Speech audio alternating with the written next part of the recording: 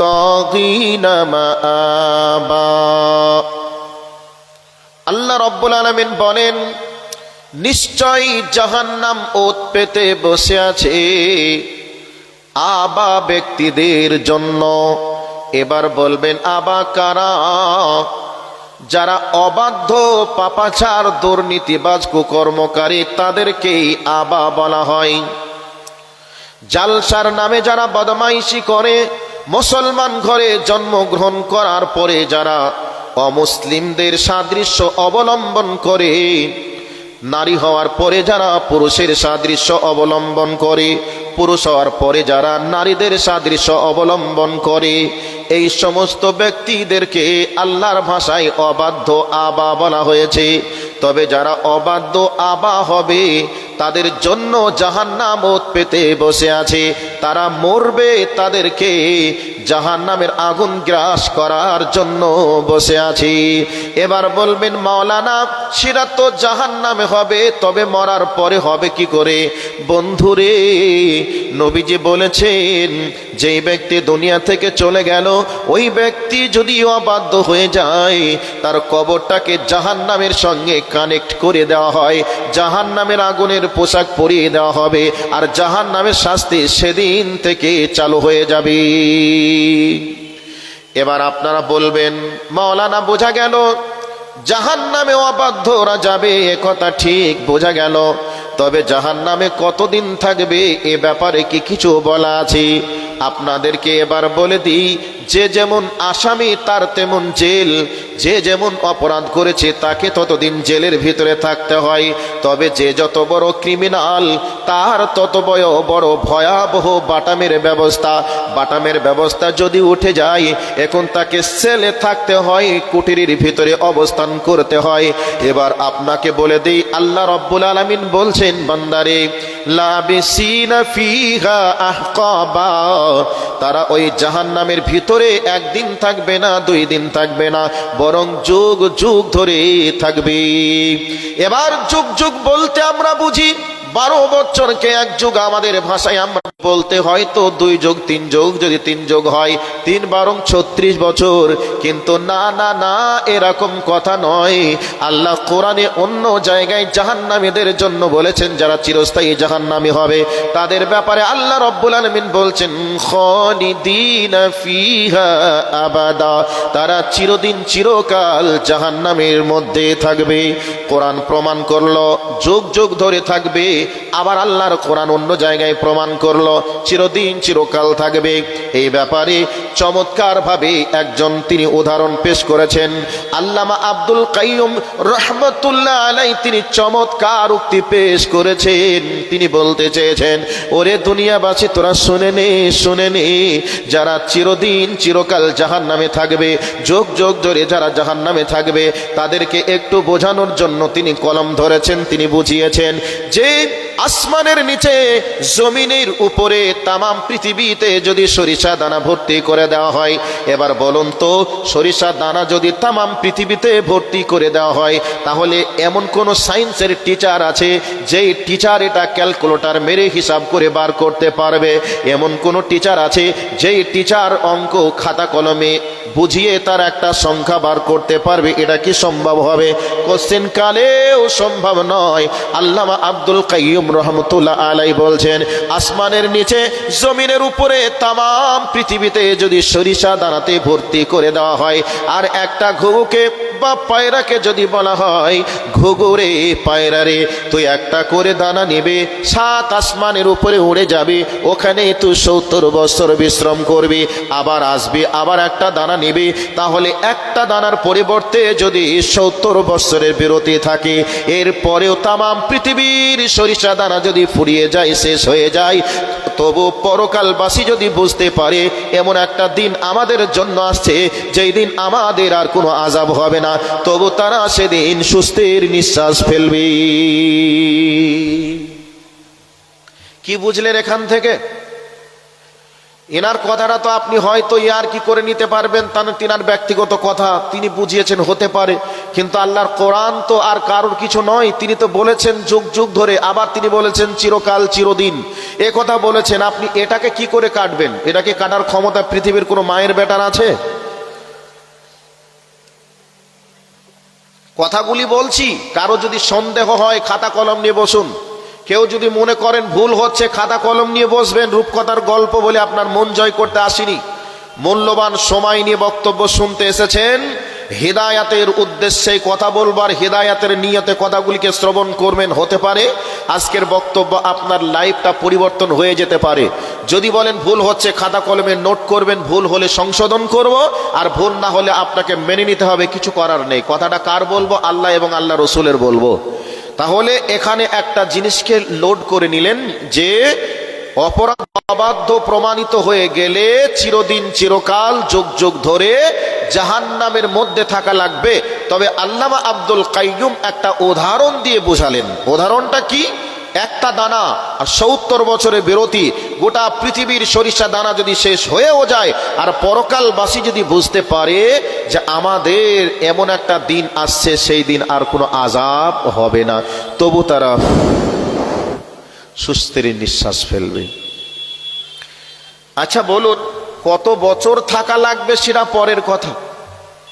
কাউকে যদি বলা হয় তোমাকে 5 মিনিট আগুনের আঙ্গারে দাঁড়িয়ে থাকতে হবে, বিনিময়ে তোমাকে 5 লক্ষ টাকা দেওয়া হবে, এমন কারো সৎসাহস আছে যে দাঁড়িয়ে থাকবে 5 মিনিট? সে বলবে দরকার নেই, দরকার নেই। কেন 5 মিনিট দাঁড়িয়ে থেকে আমি আগুনের তাপ নিয়ে আমার পা দুটিকে পুড়িয়ে শেষ করব? অসম্ভব, হতে পারে না। এ কথাই বলে আমরা 5 লক্ষ টাকাকে অস্বীকার করব। করব কি করব না? তো 1 সেকেন্ডের আগুনের তাপ সহ্য করা যাবে না, কতদিন থাকা লাগবে এটা আলাদা একটা বিষয়। তো আমরা চেষ্টা করব আমল দিয়ে জাহান্নামের আগুনকে হারাম করে জান্নাতি মেহমান হব, বলি ইনশাআল্লাহ। এবার চলে আসুন, তারপরে আবার চলে যাচ্ছে কোরআনের আয়াতে। এবার অনেকের প্রশ্ন থাকতে পারে, মাওলানা ধরে জাহান্নামে থাকতে হবে বোঝা গেল, তবে জাহান্নামে থাকবো তো কি সমস্যা হবে? এবার আপনাকে বলে দিই, জাহান্নামের আগুনের ভিতরে থাকতে হবে। অনেক মানুষ এভাবে কথাগুলি বলে, ওরে মৌলবীদের কথা শুনে বেশি লাফালাফি করিস না, মৌলবী সাহেবদের কথা শুনে যদি আমরা চলি দুনিয়া করতে পারবো না। তবে জাহান্নামে যদি যাই আর জাহান্নাম আল্লাহ যদি দেয়, তাহলে একার মধ্যে আমি একাও থাকবো না, নিশ্চয়ই জাহান্নামের ভিতরে অন্য মানুষও থাকবে, তাদের যা হবে আমারও তাই হবে। এমন কথা বলে কি বলে না? বন্ধুরে ভালো করে শুনে নিন, জাহান্নামের ভিতরে জাহান্নামীরা কাঁদবে, চিৎকার করবে, শুনতে পাওয়া যাবে, তবে কাঁদছে কে এটা দেখা যাবে না। বলবেন কেন যাবে না? জাহান্নামের আগুন এত খাতারনাক কালো হবে।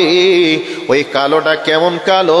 আমরা বলতে গিয়ে বোঝাই আলকাতরার মতো কালো, কিন্তু আলকাতরার মতো কালো নয়, কালো নয়।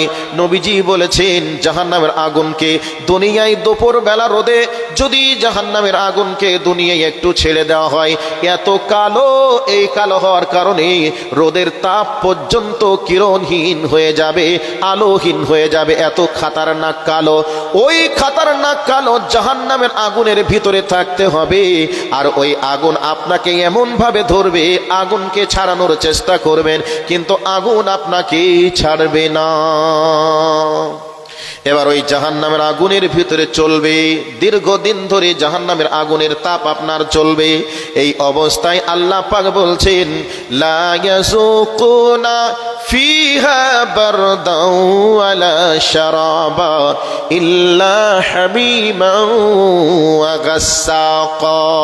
আল্লাহ রাব্বুল আলামিন বলেন, ওই জাহান্নামের আগুনের ভিতরে মানুষগুলিকে এমন ভাবে তাপ লাগবে, এই অবস্থায় মানুষগুলি পানি পানি করে চিৎকার করবে। এই অবস্থায় আল্লাহ পাক বলছেন তাদের জন্য ঠান্ডা কোনো পানির ব্যবস্থা থাকবে না। লা ইয়াযুকুনা ফিহা বারদাও ওয়ালা শারাবা, সেদিন ঠান্ডা কোনো পানির ব্যবস্থা থাকবে না। ইল্লা হামিমাও ওয়া গাসসাকা, সেদিন থাকবে গরম ফুটন্ত পানি থাকবে। এবার ওই গরম ফুটন্ত পানি পিপাসার তাড়নায় মানুষ পান করবে। সেদিন পান করার ছিল তার থেকে শাস্তির মাত্রা আরো যেন বেড়ে যাবে। এবার কোরআনের অন্য একটা আয়াতে চলে যায় সূরাতুল হজে।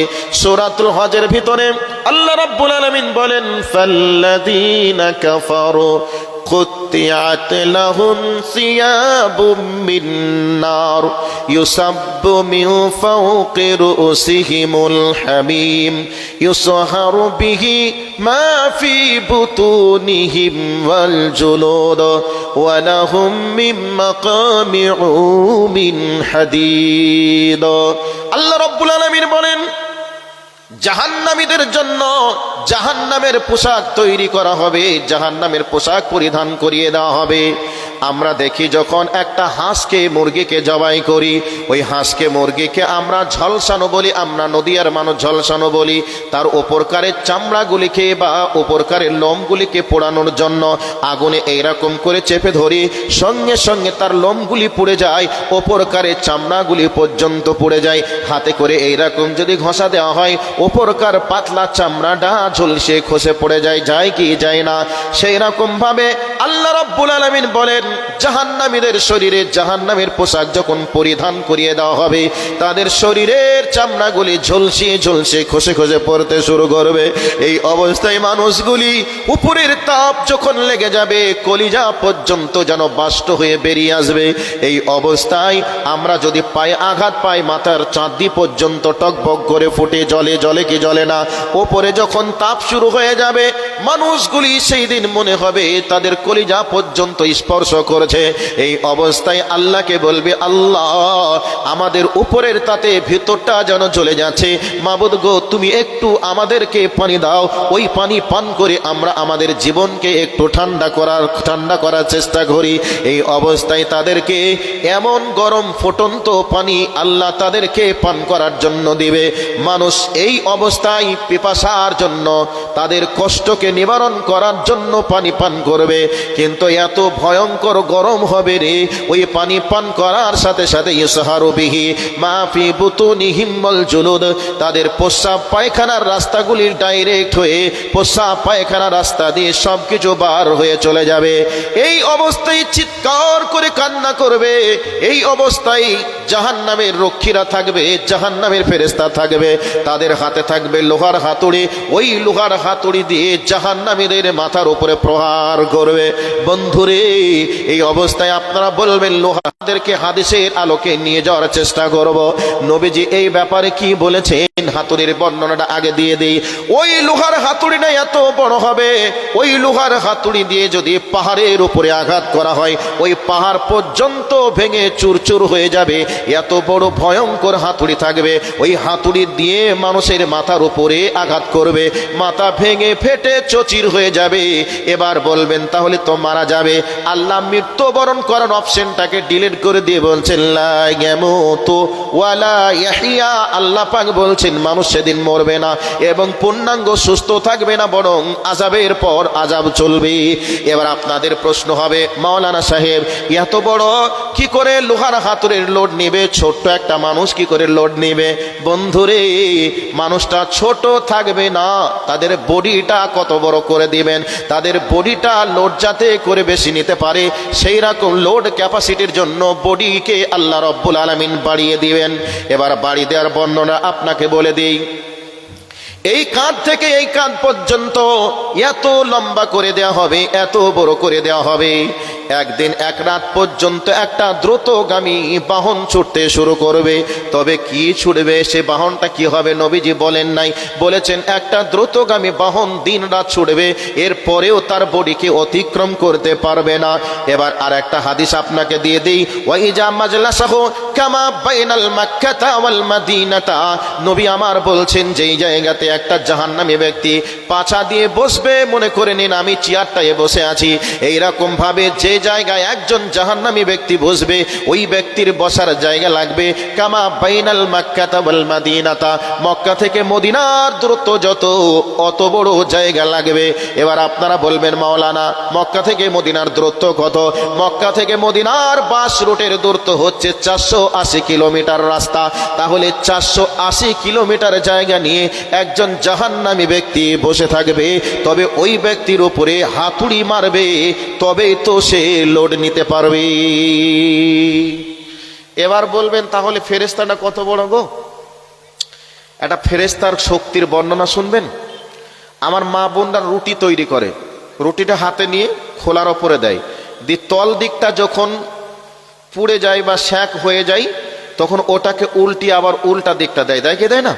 তো একটা ফেরেশতার শক্তি কতটা হবে? জমিনের তলায় যদি হাতটাকে ঢুকিয়ে দিয়ে এই জমিনের উপরটাকে নিচে নিয়ে উপরে জমিনের উপরটাকে নিচে দিতে পারবে আর নিচেরটাকে উপরে নিয়ে আসতে পারবে, এতটা শক্তির অধিকারী হবে একটা ফেরেশতা। তবেই তো এত বড় বিশাল আকৃতির একটা মানুষের উপরে লোহার হাতুড়ি মারবে, তারপরে তার মাথা ফেটে চৌচির হবে।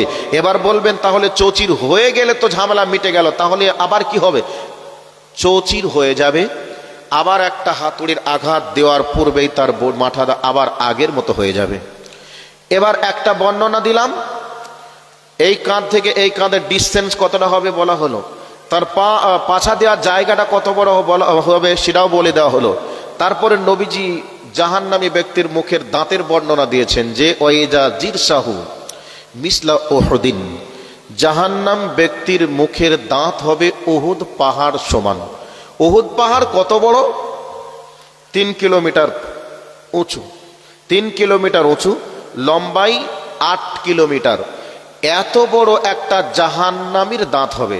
এবার বলবেন এটা কি সম্ভব? তাহলে নবীজি হয়তো মিথ্যা কথা বলেছেন বা ভুল বলেছেন। যেই ব্যক্তির বসার জায়গাটা লাগবে 480 কিলোমিটার, তো সেই ব্যক্তির মুখের দাঁত 3 কিলোমিটার উঁচু হবে, এরা 8 কিলোমিটার প্রশস্ত হবে, এটা অবিশ্বাসের কি আছে? কি আছে অবিশ্বাসের? অবিশ্বাস কিছু হচ্ছে কি? যদি বলবেন অবিশ্বাস হবে, এগুলি হাদিসে নেই, আপনি আসবেন আমি দেখিয়ে দেবো, এখানে আছে আমার কাছে। তাহলে হলো কয়েকটা বর্ণনা দিলাম, যদি এই দিকে বর্ণনা দিতে যাই তাহলে আসল প্রেক্ষাপটে আমি যেতে পারবো না। তবে এবার বর্ণনাটা শুনলেন, তাদের বডির আকৃতিটা কত বড় হবে, তবেই তো তাদের শাস্তিটা বেশি হবে। আল্লাহ সূরা 55 নম্বর আয়াতে বলেছেন যে জাহান্নামীদের শরীরের চামড়াকে মাঝে মধ্যে পরিবর্তন করে দেওয়া হবে। কেন পরিবর্তন করা হবে? যারা কৃষি কাজ করেন, কৃষি কাজ, কোদাল ধরে, ফাওড়া ধরে, কাস্তি হাতুড়ি ধরে, তাদের এই হাতগুলিতে ঘাঁটা পড়ে যায়। আমরা বলি ঘাঁটা পড়ে যাওয়া। তো ঘাঁটা পড়ে গেলে ওই জায়গাটা যদি চিমটি দেওয়া হয়, ওই জায়গাটি যদি ব্লেড দিয়ে কেটে দেওয়া হয়, তারপরে বোঝা যায় না, অসান হয়ে থাকে। তো জাহান্নামীদের বডির ওপরে শাস্তি চলবে চলবে চলবে, চলতেই থাকবে।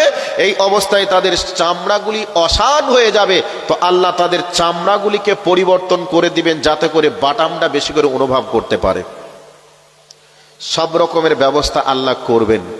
আচ্ছা ভাই, আপনাদেরকে এইভাবে বসতে বলেছিলাম, যারা আসছেন বসতে বসতে বসতে বসতে চলেই যাচ্ছেন, মিডিলটা কি অন্যায় করেছে?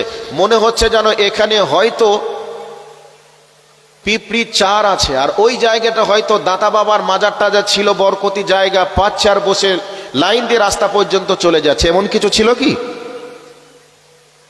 এখানে কি কোনো পিঁপড়ি চারটার আছে? ভাই আগে আসুন, এদিকে আগে আসুন, যারা ওই দিকে বসেছেন সামনে এইটাকে আগে আসুন। আগে বলেছি যে শয়তানের জন্য কোনো ফাঁকা জায়গা রাখবেন না, গোছ করে এক দিক থেকে বসতে শুরু করুন, এ কথা আগে বলেছি। ওই যে ভাই বসলেন, উনি ভাবনা চিন্তা করে দেখে শুনে বসলেন, মনে হয় যেন মৌলবি আমাকে দেখছে না বা আমাকে বলিনি, এই ভাবনা চিন্তা করে উনিও 7-5 ভেবে ওখানেই বসলেন। ভাই সামনের দিকে আগে আসুন, সামনের দিকে আগে আসুন। ভাই কোরআন হাদিসের কথা চলছে, আপনাদের কথা শুনতে কারো কি ভালো লাগছে না নাকি? একটু আওয়াজ দেন, ভালো লাগছে না তাই না? বিষয়টা কি চেঞ্জ করব? সামনে আগে এসে বসবেন। তাহলে এই বিষয়ে এবার কথাটাকে এই জায়গায় রেখে আবার কোরআনের আয়াতে চলে যাচ্ছি। তাহলে বোঝা গেল জাহান্নামী ব্যক্তিদের বডির ক্যাপাসিটি কেমন হবে। এবার চলুন, বলবেন মাওলানা সাহেব জাহান্নামে তো যাবে বুঝলাম, আপনি বলেছেন অবাধ্য ব্যক্তিরা জাহান্নামে যাবে, আরো কি কোনো কারণে জাহান্নামে যাবে? এর কারণটা কি বলা যাবে? যে একটু কারণটা বলে দিই, এরপরে আবার কোরআনের আয়াতে আসব। আল্লাহ রাব্বুল আলামিন বলেন ফি জান্নাতি ইয়াতাসাআলুন, আনিল মুজরিমিনা মা সালাকাকুম ফি সাকার ক্বালু লাম নাকু মিনাল মুসাল্লিন। মনে করে নিন সামনে একটা 2 তলা বিল্ডিং, ওই 2 তলা বিল্ডিং এর উপরে মানুষজন বসবাস করেন। এই অবস্থায় নিচেতে কিছু মানুষ যেন হই হট্টগোল করছে, চিৎকার করছে। আচ্ছা বলুন তো, হই হট্টগোল চিৎকারের আওয়াজ 2 তলার মানুষ পাবে কি পাবে না? একটু বলুন, পাবে কি পাবে না? নিশ্চয়ই পাবেন। এবার এই অবস্থায় তাদের যদি ঘুমের ডিস্টার্ব হয়, তারা জানালা খুলে বলবে, কি হলো রে, তোরা এখানে ডিস্টার্ব কেন করছিস, কান্নাই বা কেন করছিস, কি হলো?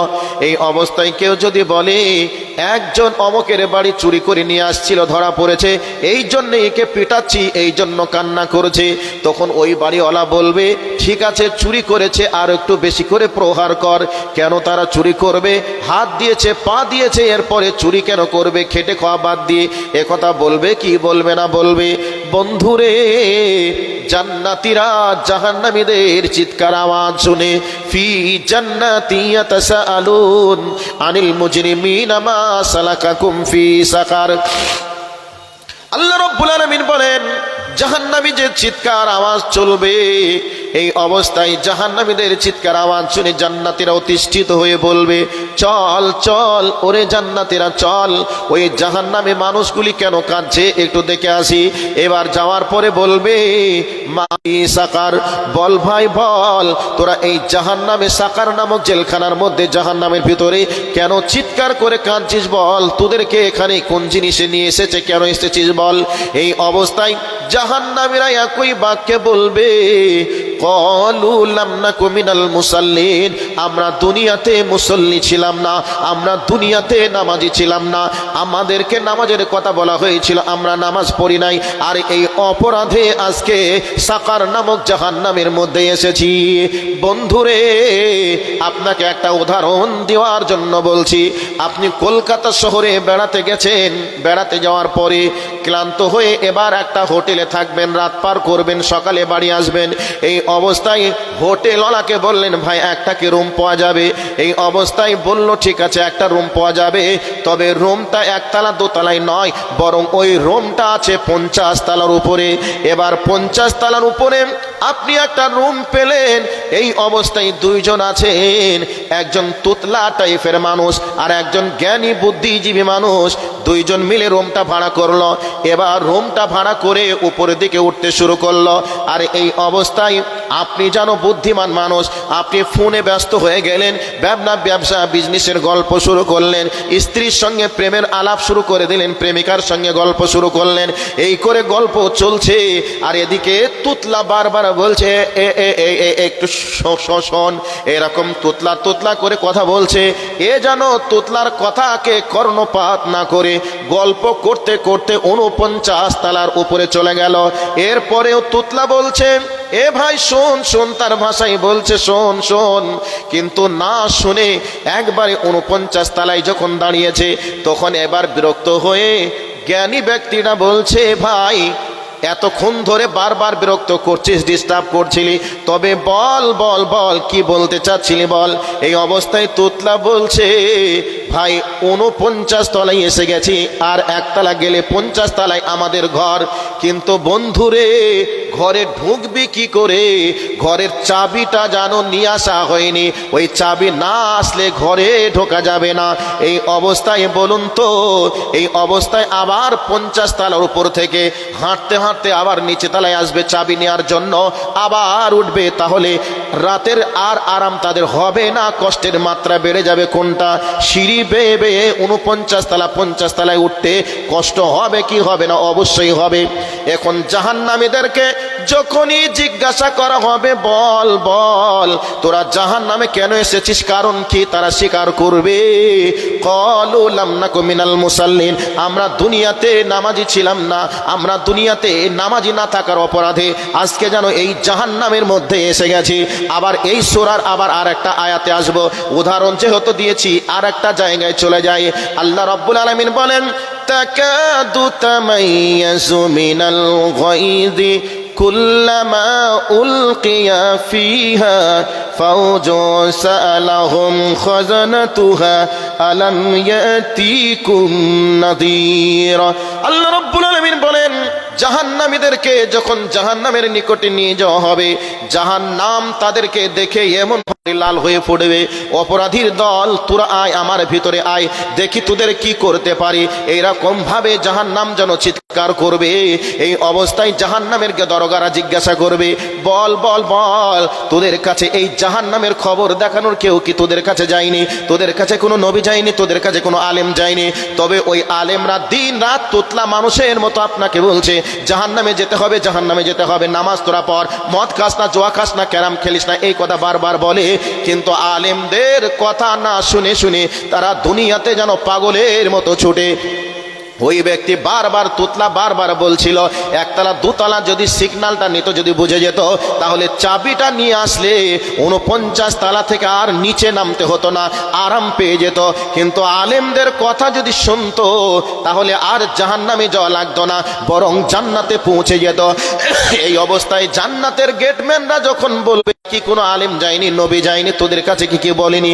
এই অবস্থায় তারা বলবে, ক্বালু বালা কাদ জাআনা নাযীর, আমাদের কাছে গিয়েছিল, জাহান্নামের ভয় দেখিয়েছিল, জাহান্নামের কথা কোরআন খুলে খুলে, হাদিস খুলে খুলে বলেছিল, কিন্তু আমরা আলেমদের কথাকে মনে করে আলেমদের কথাকে বিশ্বাস করিনি। ফাকাযযাবনা ওয়া কুলনা মা নাযালাল্লাহু মিন শাইইন আতুম ইল্লা ফি দালালিন কাবীর।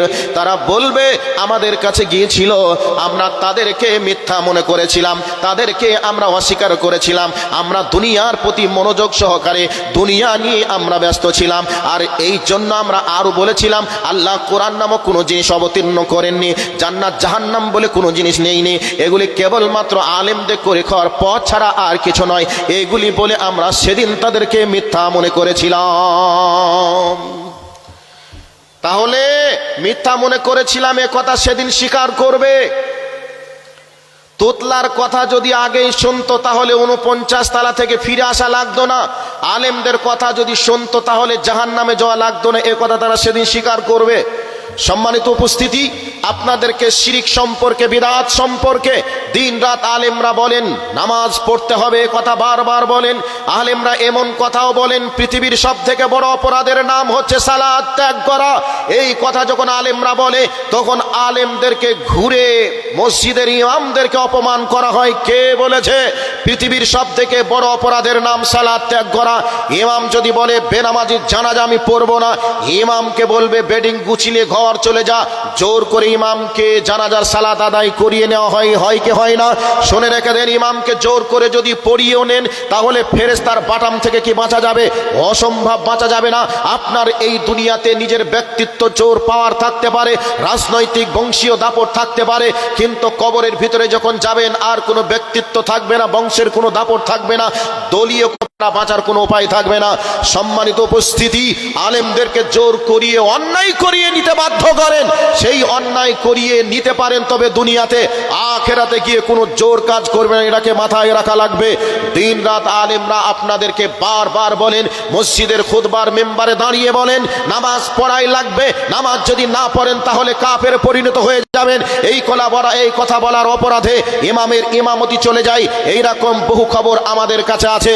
সম্মানিত উপস্থিতি, আপনারা ভালো করে কান করে শুনে নেন। এই অপরাধ করার কারণে, আচ্ছা এই কথা ইমাম সাহেব বারবার বলেন, তাহলে সবাই যদি মসজিদে নামাজ পড়তে যায়, ইমাম সাহেবের 10,000 বেতন কি সঙ্গে সঙ্গে 15,000 করে দেওয়া হবে? 15,000 করে দেওয়া হবে? দেওয়া হবে না।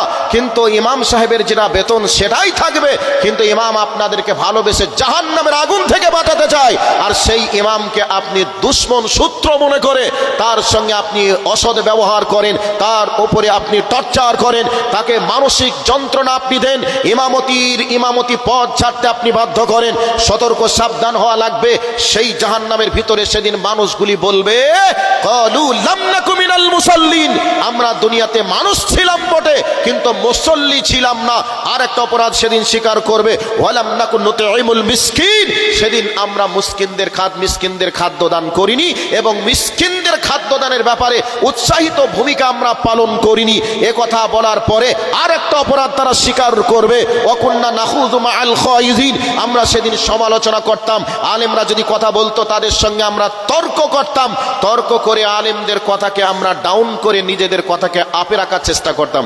এরকম লোক নেই? এরকম লোক বলবে শালা মৌলবীকে যা দিলাম না, আজকে মৌলবীকে বললাম আর শালা মৌলবীর মুখটা বন্ধ হয়ে গেল, মৌলবীকে যা দিয়েছি মৌলবীর কোনো যুক্তি খুঁজেই পাইনি, এই কথা বলে নিজেকে মনে করে আমি মহান কিছু, তাই না?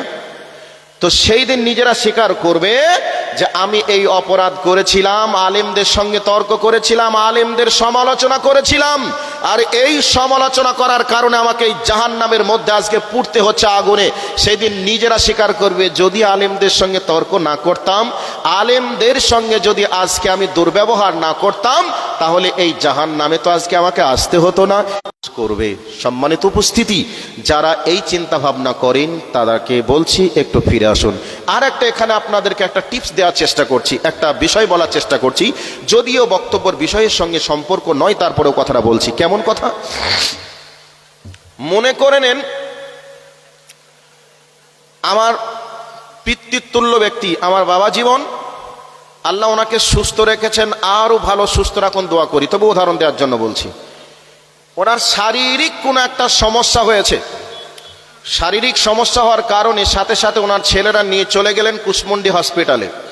ডাক্তার বলল আমাদের দ্বারা হবে না, রায়গঞ্জ চলে যান। রায়গঞ্জ বলে দিল কলকাতা নিয়ে যান, পিজিতে নিয়ে যান। পিজির ডাক্তার বলল সমস্যা বেড়ে গেছে, আমাদের দ্বারা হবে না, ভেলোর নিয়ে চলে যান, ব্যাঙ্গালোর নিয়ে চলে যান, চেন্নাই নিয়ে চলে যান। সব ডাক্তার বলে দিল আমাদের দ্বারাই সম্ভব নয়, বাড়ি নিয়ে চলে যান। এই গ্রামে একটা ডাক্তার, আব্দুল্লাহর বেটা ছবদুল, হাতুড়ি ডাক্তার। এই আব্দুল্লাহর বেটা বলল চাচা সব জায়গায় তো ফিরে আসলেন, আমার বন্ধুবর আশফাকুর রহমান মাদানিকে বলছে ভাই আপনার আব্বুকে তো সব জায়গায় থেকে ফিরিয়ে নিয়ে আসলেন, তবে ডাক্তাররা যেহেতু ফিরিয়েই দিয়েছেন, তবে আমাকে কি একটু দেখানো যাবে, আমি একটু দেখি কি কিছু করতে পারি কিনা। তো এবার ওনারা বলছেন যে সবাই তো দেখলো, কেউ কিছু করতে পারলো না, তুই আর কি করবি, আচ্ছা তুই দেখ একটু। দেখলো, দেখে ওষুধ দিল, উনি যেন তৎক্ষণাৎ সুস্থ হয়ে গেলেন। 2-1 দিন পরে একবারে স্বাভাবিক, 4-5 দিন পরে বাপজি আমার একবারে স্টেজে সভাপতির আসনে বসে। আচ্ছা মানুষজন অবাক হবে কি হবে না? এই অবস্থায় মানুষজন জিজ্ঞাসা করবে আচ্ছা কাকে করে বলবেন আরে কুশমন্ডির ডাক্তার আবার ডাক্তার হলো, ভেলোরের ডাক্তার হলো, আমাদের গ্রামের আব্দুল্লাহর বেটা ছবদুল ওকে দেখিয়েই তো আমি সুস্থ হলাম, এর থেকে ভালো ডাক্তার আবার কোথায় আছে।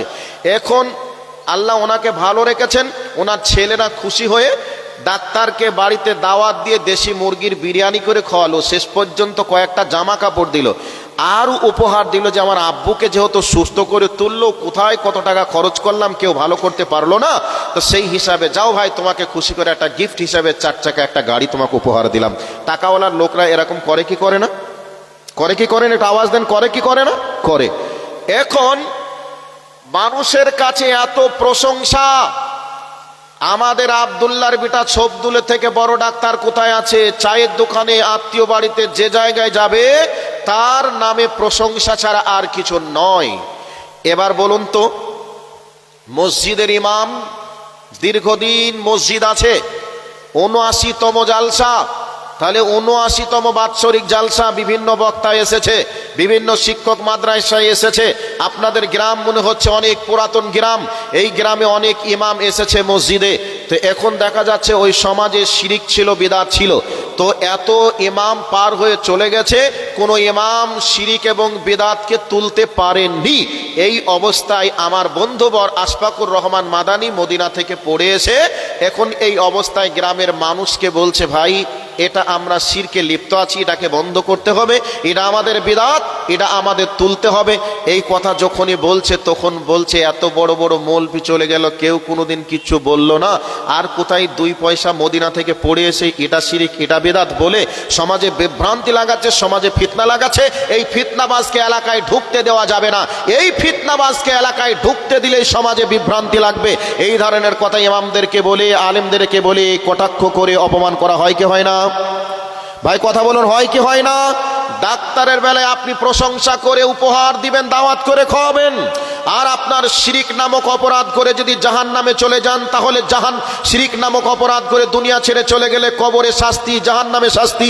বিদআত নামক আমল করে যদি আপনি দুনিয়া থেকে চলে যান, রাসূল বলেছেন বিদআতের সঙ্গে সম্পর্ক থাকলে তার নেক আমল কবুল হবে না। তাহলে বিদআত থেকে, শিরিক থেকে যে ব্যক্তি বাঁচালো আপনাকে, সেই ব্যক্তির ব্যাপারে আপনি ফিতনাবাজ এবং তাকে নিয়ে আপনি সমাজে বিভ্রান্তি ছড়াচ্ছে, কথা কেন বলবেন? তার ব্যাপারে আপনার এটা বলার দরকার ছিল। এত বড় বড় আলেম চলে গেছে, মাওলানা চলে গেছে, কেউ আমাদেরকে শিরিক থেকে, বিদআত থেকে বাঁচাতে পারিনি। বাবা তুমি আমাদেরকে বাঁচিয়েছো, এই জন্য তোমাকে বলছি বাবা, তুমি যেভাবে আমাদেরকে দিশা দিচ্ছ এইভাবেই তুমি দিশা দাও। তোমার বেতন 2000 ছিল, 5000 করে দিলাম। আজ থেকে তোমার পিছনে দায়িত্ব, তোমার পিছনে আছি। সমাজকে তুমি সঠিক পথের কোরআন এবং সুন্নাহর দাওয়াত দাও। একথা বলে ইমামদেরকে সজাগ করার প্রয়োজন ছিল কি ছিল না? উৎসাহিত করার প্রয়োজন ছিল কি ছিল না? কিন্তু ইমামদের মুখে তালা লাগানোর জন্য বিভিন্ন রকমের কায়দা নিয়ে এসে বিভিন্নভাবে অপমান করে তাদেরকে ফিতনাবাজ, অসামাজিক, জ্ঞানহীন, মূর্খ এই কথা বলে তাদেরকে অপমান করা হয়। কিন্তু যারা অপমান করবে তারা কিয়ামতের মাঠে সেদিন আল্লাহর সামনে বলবে, জান্নাতীদের উত্তরে বলবে অকুন্না নাখুযু মাল খায়দিন, আমি সেদিন সমালোচনা করতাম, মানুষের সঙ্গে তর্ক করতাম। আর এই অপরাধে আজকে সাকার নামক জাহান্নামের মধ্যে যারা এই অভ্যাসের সঙ্গে জড়িত আছেন তারা তৈরি হন, মরার পরে আপনাকে যাওয়া লাগবে। যারা আছেন তওবা করে ফিরে আসুন, কোরআন এবং হাদিস যা বলবে এগুলিকে মেনে নেওয়ার চেষ্টা করা লাগবে। এবার বলবেন এত বড় মৌলবি ছিল, এখন কেউ বলল না এ কোথায় থেকে ওহী পেল, এ কথা আপনি বলতে পারেন না, কথা বলতে পারেন না। কারণ এই বিদ্যা আমাদের কাছে কোরআন এবং হাদিসের যেই রেফারেন্স, কোরআন এবং হাদিসের যে তথ্য, এই তথ্যটা আমাদের কাছে অনেক জাল জয়ফাত হাদিস ইহুদি এবং খ্রিস্টানরা রাসূলের নামে চালিয়ে দিয়ে তারাও মার্কেটে হাদিস ছেপেছে, আর সেই হাদিস আমাদের কাছে এসে গেছে। যারা কোরআন হাদিসকে রিসার্চ করে সঠিক পথের সন্ধান দিচ্ছেন তাদেরকে ওয়েলকাম, মারহাবা জানিয়ে তাদের জন্য অন্তর থেকে দোয়া করার প্রয়োজন আমাদের আছে। এবার বলবেন কি করে এগুলি সম্ভব হচ্ছে? আচ্ছা ভাই, আমরা তো সাধারণ মৌলবি, গ্রাম বাংলার তো সাধারণ আলিম। আচ্ছা বলুন তো, পৃথিবীর শ্রেষ্ঠ আলেম যারা, তারা মক্কা আল মুকাররমা, মদিনা আল মানওয়ারাতে থাকে। কাবার যিনি ইমাম, তিনি কত বড় মানের আলেম জানেন? এরপরে এতদিন পর্যন্ত কাবার মাটিতে 20 রাকাত তারাবির সালাত আদায় হতো। গত 2-3 বছর থেকে 10 রাকাত তারাবি শুরু হয়ে গেছে। তাহলে এতদিন আগে ওই দলিলটা তো ওনাদের কাছে থাকার পরেও কেন ওনারা চালাতে পারেননি? নিশ্চয়ই কোনো এখানে সমস্যা ছিল। তো সমস্যার সমাধান করে এবারে কি করে আগে থেকে ডিক্লেয়ার দিতে পারলো? তাহলে মক্কা আল মুকাররমা, মদিনা আল মানওয়ারাতে আজ থেকে 70 বছর পূর্বে 4 জন ইমাম সালাত আদায় করাতো। এখন আস্তে আস্তে একজন ইমাম হলো। এর পরেও কোরআন এবং সহিহ সুন্নাহর আলোকে আজকে বাস্তব রূপে রাসূলের সালাত তৈরি হয়, রাসূলের সালাতের প্র্যাকটিক্যাল ব্যবস্থা চলছে। তাহলে সেখানেই যদি পরিবর্তন সঠিকটা মানে অরিজিনালটাকে পাওয়ার পরে বাতিল, মানে অরিজিনালটাকে পেয়ে যদি আগেকার সেগুলিকে বাতিল করতে পারে, আমরা কেন পারবো না? আহলে হাদিস তো তারাই, দলিল পাওয়ার সাথে সাথে মেনে নিবে, এর নামই হচ্ছে আহলে হাদিস। সম্মানিত উপস্থিতি, আপনাদেরকে আমি কি বলবো? তো যারা সমালোচনা করেন তাদেরকে তওবা করা লাগবে যে না, আলেমদের সঙ্গে সমালোচনা করা যাবে না। আলেমরা কোরআন এবং সুন্নাহর যে দলিল দিচ্ছে এই দলিলগুলিকে মেনে নিতে হবে এবং এগুলিকে মেনে আমাদের জীবন যাত্রা আমাদেরকে করা লাগবে। কথা কি ক্লিয়ার হয়েছে? ক্লিয়ার হয়েছে কি? যদি কারো সন্দেহ থাকে আসবেন, আগে বলেছি। তাহলে এটাকে ক্লিয়ার করলাম। জাহান্নামের ভিতরে তারা এই কথা বলবে যে আমরা সমালোচনা করতাম, মিসকিনদের খেতে দিতাম না, বেনামাজি ছিলাম, মানুষ ছিলাম বটে কিন্তু নামাজি ছিলাম না, এই অপরাধের কারণে আমাকে সাকার নামক জাহান্নামে। তাহলে গেল জাহান্নামের ভিতরে আযাব চলবে। এই অবস্থায় জাহান্নামীরা আল্লাহকে বলবে, রব্বানা আবসারনা ওয়া সামি'না ফারজি'না না'মাল সালিহান ইন্না মুকিনুন।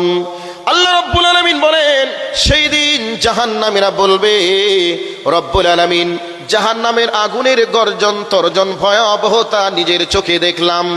জাহান্নামের ভয়াবহ সব কিছু গর্জন আওয়াজ নিজে কাজে শুনলাম।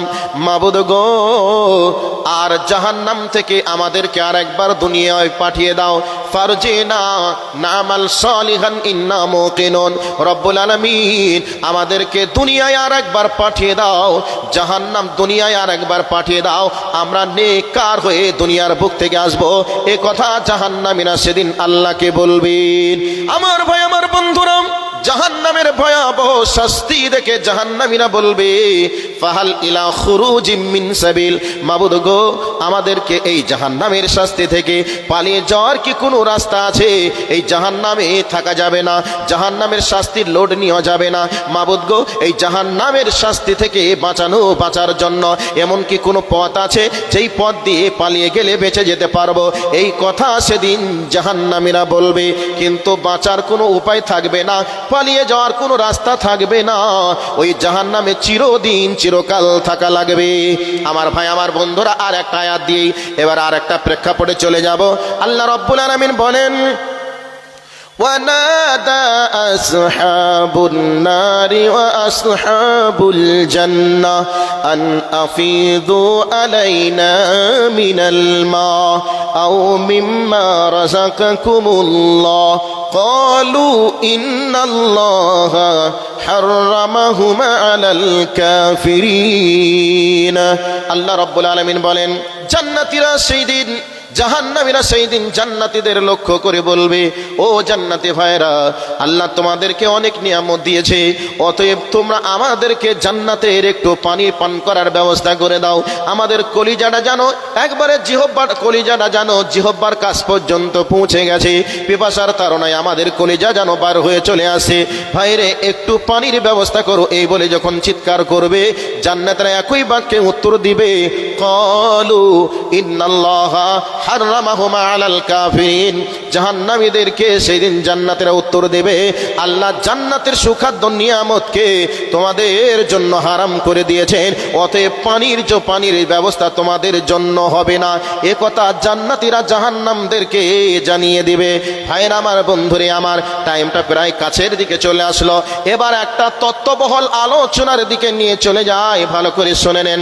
আল্লাহ রাব্বুল আলামিন জাহান্নামীদের ব্যাপারে অন্য জায়গায় বলছেন, সূরাতুজ জুমারের ভিতরে, ওয়াসিকাল্লাযীনা কাফারু ইলা জাহান্নামা যুমারা হাত্তা ইযা জাউহা ফুতিহাত আবওয়াবুহা ওয়া ক্বালা লাহুম খাজানাতুহা। আল্লাহ রাব্বুল আলামিন বলেন, জাহান্নামীদেরকে জাহান্নামের ফেরেশতারা দলের পর দল হাঁকাতে হাঁকাতে জাহান্নামের দিকে যখন নিয়ে যাওয়া হবে, এবার আপনারা বলবেন, মাওলানা, জাহান্নামের পথ কত বড় হবে, জাহান্নামের গেট কত বড় হবে যে জাহান্নামীদেরকে হাঁকাতে হাঁকাতে নিয়ে যাওয়া হবে? জাহান্নামের পথ বা গেট কত বড় হবে বর্ণনা দেওয়া যাবে না, তবে পৃথিবীর সব জাহান্নামীগুলিকে একই সঙ্গে যদি নিয়ে যাওয়া হয়, প্রবেশদ্বারে কোনো সমস্যা হবে না, সকল জাহান্নামী একই সঙ্গে প্রবেশ করতে পারবে। আমার আল্লাহর জাহান্নামের গেট এত বড় হবে। আমার ভাই, আমার বন্ধুরা, মা ও খালারা, এই অবস্থায় জাহান্নামীদেরকে যখন দলের পর দল হাঁকাতে হাঁকাতে নিয়ে যাওয়া হবে, এই অবস্থায় জাহান্নামের গেট পর্যন্ত যখন পৌঁছে যাবে, এই অবস্থায় জাহান্নামে রক্ষীরা গেটম্যানরা বলবে, ওয়াকালা লাহুম খাজানাতুহা আলাম ইয়াতিকুম রাসূলুম মিনকুম। ও হতভাগা কপাল পোড়ার দলেরা, তোমরা জাহান্নামে এসেছো, মনে করবে জাহান্নাম কতই না কি জায়গা, তবে এই জায়গা সম্পর্কে তোমাদেরকে কেউ কি বলিনি, তোমাদেরকে কেউ কি বোঝায়নি, জাহান্নামের আগুনের ভয় সম্পর্কে তোমাদেরকে কেউ কি বলেনি। এই অবস্থায় তারা বলবে, ক্বালু বালা ওয়ালাকিন হাক্কাত কালিমাতুল আযাবি আলাল কাফিরিন। সেই দিন তারা এইভাবে বলবে, হ্যাঁ হ্যাঁ হ্যাঁ, আমাদের কাছে গিয়েছিল, জাহান্নামের কথা আমাদেরকে বলেছিল, কিন্তু তাদের কথাকে আমরা বিশ্বাস করি নাই, অতএব আমাদেরকে যারা বলেছিল তাদের কথা সত্য হলো আর আমাদের জন্য জাহান্নাম হয়ে গেল। বন্ধুরে, আমি এই কোরআনের আয়াত আয়াতটাকে এই জায়গায় স্টপ করলাম। এবার আরেকটা আয়াতে নিয়ে চলে যাই, জান্নাতি ব্যক্তিদের কথাটা বলে দিব, তারপরে মেন জায়গাতে এসে যাব। বন্ধুরে, আল্লাহ রাব্বুল আলামিন বলছেন, ওয়াসিকাল্লাযীনা তাকাও রাব্বাহুম ইলাল জান্নাতি যুমারা হাত্তা ইযা জাউহা ফুতিহাত أبوابها وقال لهم خزنتها سلام عليكم طبتم। এবার আপনাদেরকে এই আয়াতটা এখান থেকে শেষ করে দিলাম। এবার ভালো করে কান করে শুনে নিন। জাহান্নামীদের ব্যাপারে আল্লাহ হাঁকাতে হাঁকাতে নিয়ে যাবেন শব্দ দিয়েছেন, জান্নাতীদের ব্যাপারেও হাঁকাতে হাঁকাতে নিয়ে যাবেন শব্দ দিয়েছেন। আচ্ছা, কটা বাজ লাগে দেখেন, 10টা 10। ও, তো জান্নাতীদের ব্যাপারে বলছেন হাঁকাতে হাঁকাতে নিয়ে যাওয়া হবে, জাহান্নামীদের ব্যাপারেও বলছেন হাঁকাতে হাঁকাতে নিয়ে যাবেন। কারণটা কি আছে এখানে, এর তাৎপর্য কি, ব্যাখ্যা কি? ব্যাখ্যাটা একটু বলি দিই। মনে করে নেন আমার বাবা আপনাদের মসজিদের খতিব, ইমাম, তো উনি দীর্ঘদিন আপনাদের মসজিদে ইমামতি করেছেন, অত্র এলাকার ছেলে এবং মেয়েদেরকে কোরআনের শিক্ষা দিয়েছেন। তো মানুষ ওনার ব্যবহারে, ওনার খেদমতে সকলেই যেন আনন্দিত। উনি এখানের কর্মজীবন ত্যাগ করে অন্য কোনো জায়গায় চলে গেছেন। এই অবস্থায় আপনারা মাঝে মধ্যেই ওনার ব্যাপারে খোঁজ খবর নেন, কোথায় গেলেন ব্যক্তিটা, খুঁজে পেলাম না, এত বড় ভালো মানুষ, মসজিদে ছিলেন, তো আমাদের জীবনে কোনোদিন অভাব বুঝতে দেয়নি, যখন যেটা চেয়েছি তখন তেনার কাছ থেকে আমরা পেয়েছি, ইমাম হিসাবে যথেষ্ট পরিষেবা উনি দিয়েছেন, কোথায় গেল খোঁজ করেন, পান না, কোথায় গেল খোঁজ করতে করতে করতে করতে হঠাৎ করে একদিন দেখছেন যেন আপনাদের পানিশালা মার্কেটে উনি বাজার করছেন। এখন আপনারা মাঝে মধ্যে খুঁজেন, এবার পানিশালা মার্কেটে পেয়েই বলছেন, আসসালামু আলাইকুম। ওয়ালাইকুম সালাম রহমতুল্লাহ, কেমন আছেন? আলহামদুলিল্লাহ ভালো আছি। মাওলানা, অনেক দিন থেকে আপনাকে খুঁজি কিন্তু পাই নাই, কিন্তু আজকে আপনাকে ছাড়বো না, যেতে হবে। কোথায় গো? আমাদের গ্রামে যেতে হবে, আমার বাড়িতে। উনি বলছেন, না বাবা যেতে পারবো না, আমার সময় নেই, আমি যেতে পারবো না। তো ওনাকে বলছেন, না যেতেই হবে, ছাড়বো না, এই একটা ছাড়বো না, যেতেই হবে। আর আমি আপনাদের এখানে জলসায় এসেছিলাম, রাতের অন্ধকারে এমন একটা ভয়াবহ কর্ম করে নিয়েছি, আমি বুঝেছি যে এখন আমাকে জেনে গেলেই হাড় হাড্ডি রাখবে না, আলাদা হয়ে যাবে, মাংস আলাদা, হাড় আলাদা, কাজে আমাকে পালাতে হবে। মাঠ পালিয়ে গেলাম। এই অবস্থায় সকাল হলো, মানুষজন খুঁজছেন এই কাজটা কে করলো, বলে দিল ইবাদুল্লাহ করে পালিয়েছে। খোঁজ কোথায় গেল? মাঝে মধ্যে আপনারা ফেসবুকে চেক করেন যে কোথাও আসছে কিনা, একটু হ্যান্ডবিলগুলো পেলে ধরে নিয়ে আসবো।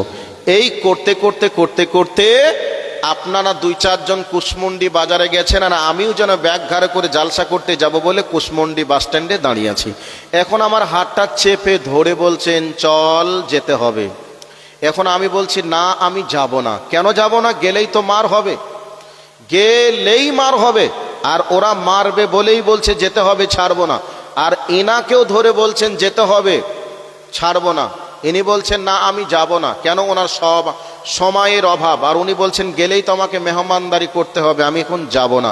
তো এনাকে রেসপেক্ট করার জন্য ডাকছেন আর আমাকে পিটানোর জন্য ডাকছেন। তাহলে 2 জনকেই বলছেন ছাড়বো না, আর 2 জনই বলছে যাব না। উনি বলছেন সময় নেই, যাব না, আর আমি জানছি বাটাম হবে, এই ভয়ে যাব না। তাহলে 2 জনার উদ্দেশ্য আলাদা, আর 2 জনাকে ছাড়বো না বলার উদ্দেশ্য আলাদা। বোঝা গেছে কথাটা?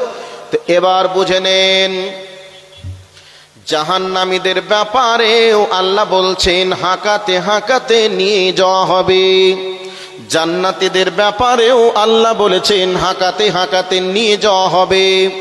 জাহান্নামীরা জেনে গেছে জাহান্নামে যেতে হবে, আগুনের শাস্তি পেতে হবে।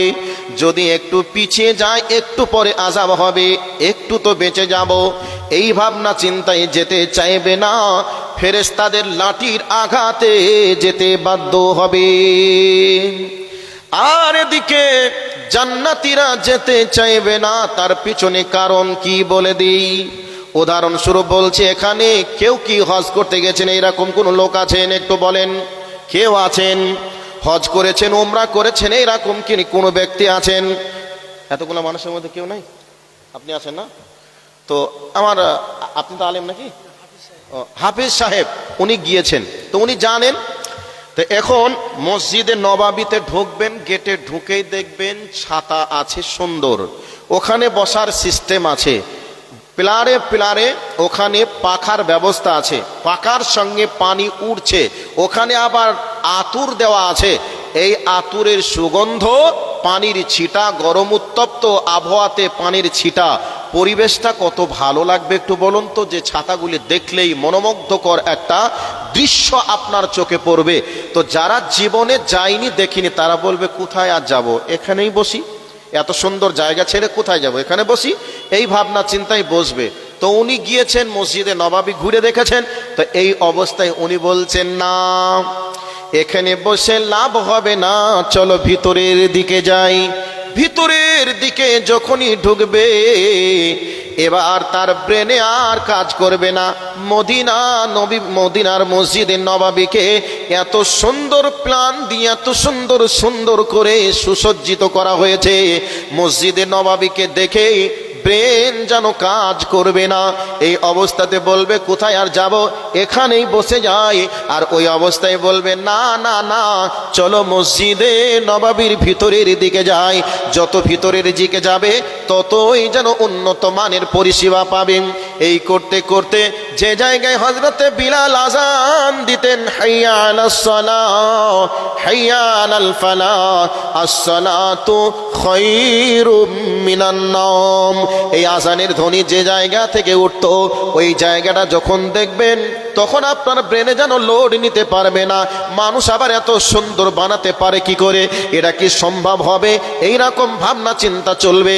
এই করে করে করে করে যখন দেখবেন বিশ্বনবী যে জায়গায় দাঁড়িয়ে সালাত আদায় করতেন, ওই জায়গাটা দেখবেন আরো উন্নত মানের। এই করে করে রিয়াজুল জান্নাতের ভিতরে যখন ঢুকে যাবেন, নবী আমার বলেছেন দুনিয়ার জান্নাতের নাম হলো রিয়াজুল জান্নাত। ওই রিয়াজুল জান্নাতের ভিতরে যখন ঢুকে যাবেন, নবীজি বলেছেন জান্নাতের ভিতরে কোনো হইচই থাকবে না, সেখানে কোনো হই হট্টগোল থাকবে না, ওখানে কোনো টেনশন আপনার ব্রেনের ভিতরে থাকবে না। রিয়াজুল জান্নাতের ভিতরে যখন ঢুকে যাবেন, তখন যেন আপনার ব্রেনে যেন কাজ করবে না। উন্নত মানের পরিষেবা, সুন্দর মনোরম পরিবেশ দেখে আপনার ব্রেন বলবে সত্যি শান্তির জায়গাটার নাম হলো রিয়াজুল জান্নাতের জায়গা। অতএব এই জান্নাতের ভিতরে যখন ঢুকে যাবেন, দুনিয়ার কোনো চিন্তা থাকবে না, শয়তান আপনাকে ধোঁকা দিয়ে বোকা বানাতে পারবে না।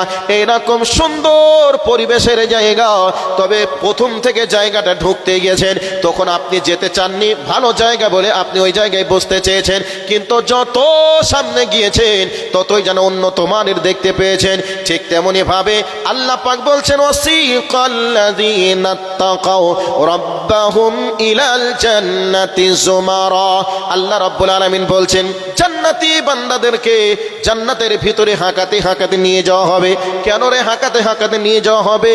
এই অবস্থায় নিয়ে যাওয়া হবে এই জন্য, জান্নাতের গেটের দিকে যখন নিয়ে যাওয়া হবে, জান্নাতের গেটগুলিকে সুন্দর ফুল দিয়ে, পানির সুন্দর ফুল দিয়ে, লাইট দিয়ে আল্লাহ এমন সুন্দর করে বানাবেন, ওই জায়গাগুলিতে বসার জায়গা থাকবে। জান্নাতীরা দেখবে এত সুন্দর জায়গা ছেড়ে কোথায় যাব, এই জায়গায় বসে যাই, পানির ফোয়ারা ছুটছে, ফুল আছে, ফল আছে, এখানে খাবো, আনন্দ করব, বসবো, গল্প করব। না সামনের দিকে আর কোথায় যাব? আর ফেরেশতারা বলবেন না সামনের দিকে চল। সামনের দিকে যত যাবে ততই যেন উন্নত মানের পরিবেশ পাবে। সামনের জান্নাতের গেটে যখন ঢুকে যাবে, ব্রেন আর কাজ করবে না। ওই জান্নাতের ভিতরে এমন সুন্দর জান্নাত হবে, চোখের নজর যত দূর যাবে তত বড় প্রশস্ত জান্নাত হবে। ওই জান্নাতের ভিতরে বিভিন্ন ফল ফ্রুটের গাছ থাকবে, ফলগুলি পড়ে আছে, ফলগুলি পেকে পেকে ঝুলছে। এই অবস্থায় জান্নাতীরা বলবে আর কোথায় যাব না, আর যাব না, গাছের ফল পড়ে আছে, পেকে আছে, ওগুলি খাবো, এখানেই থাকবো, আর কোথায় যাব, এত সুন্দর জায়গা ছেড়ে কোথায় যাব না, যাব না।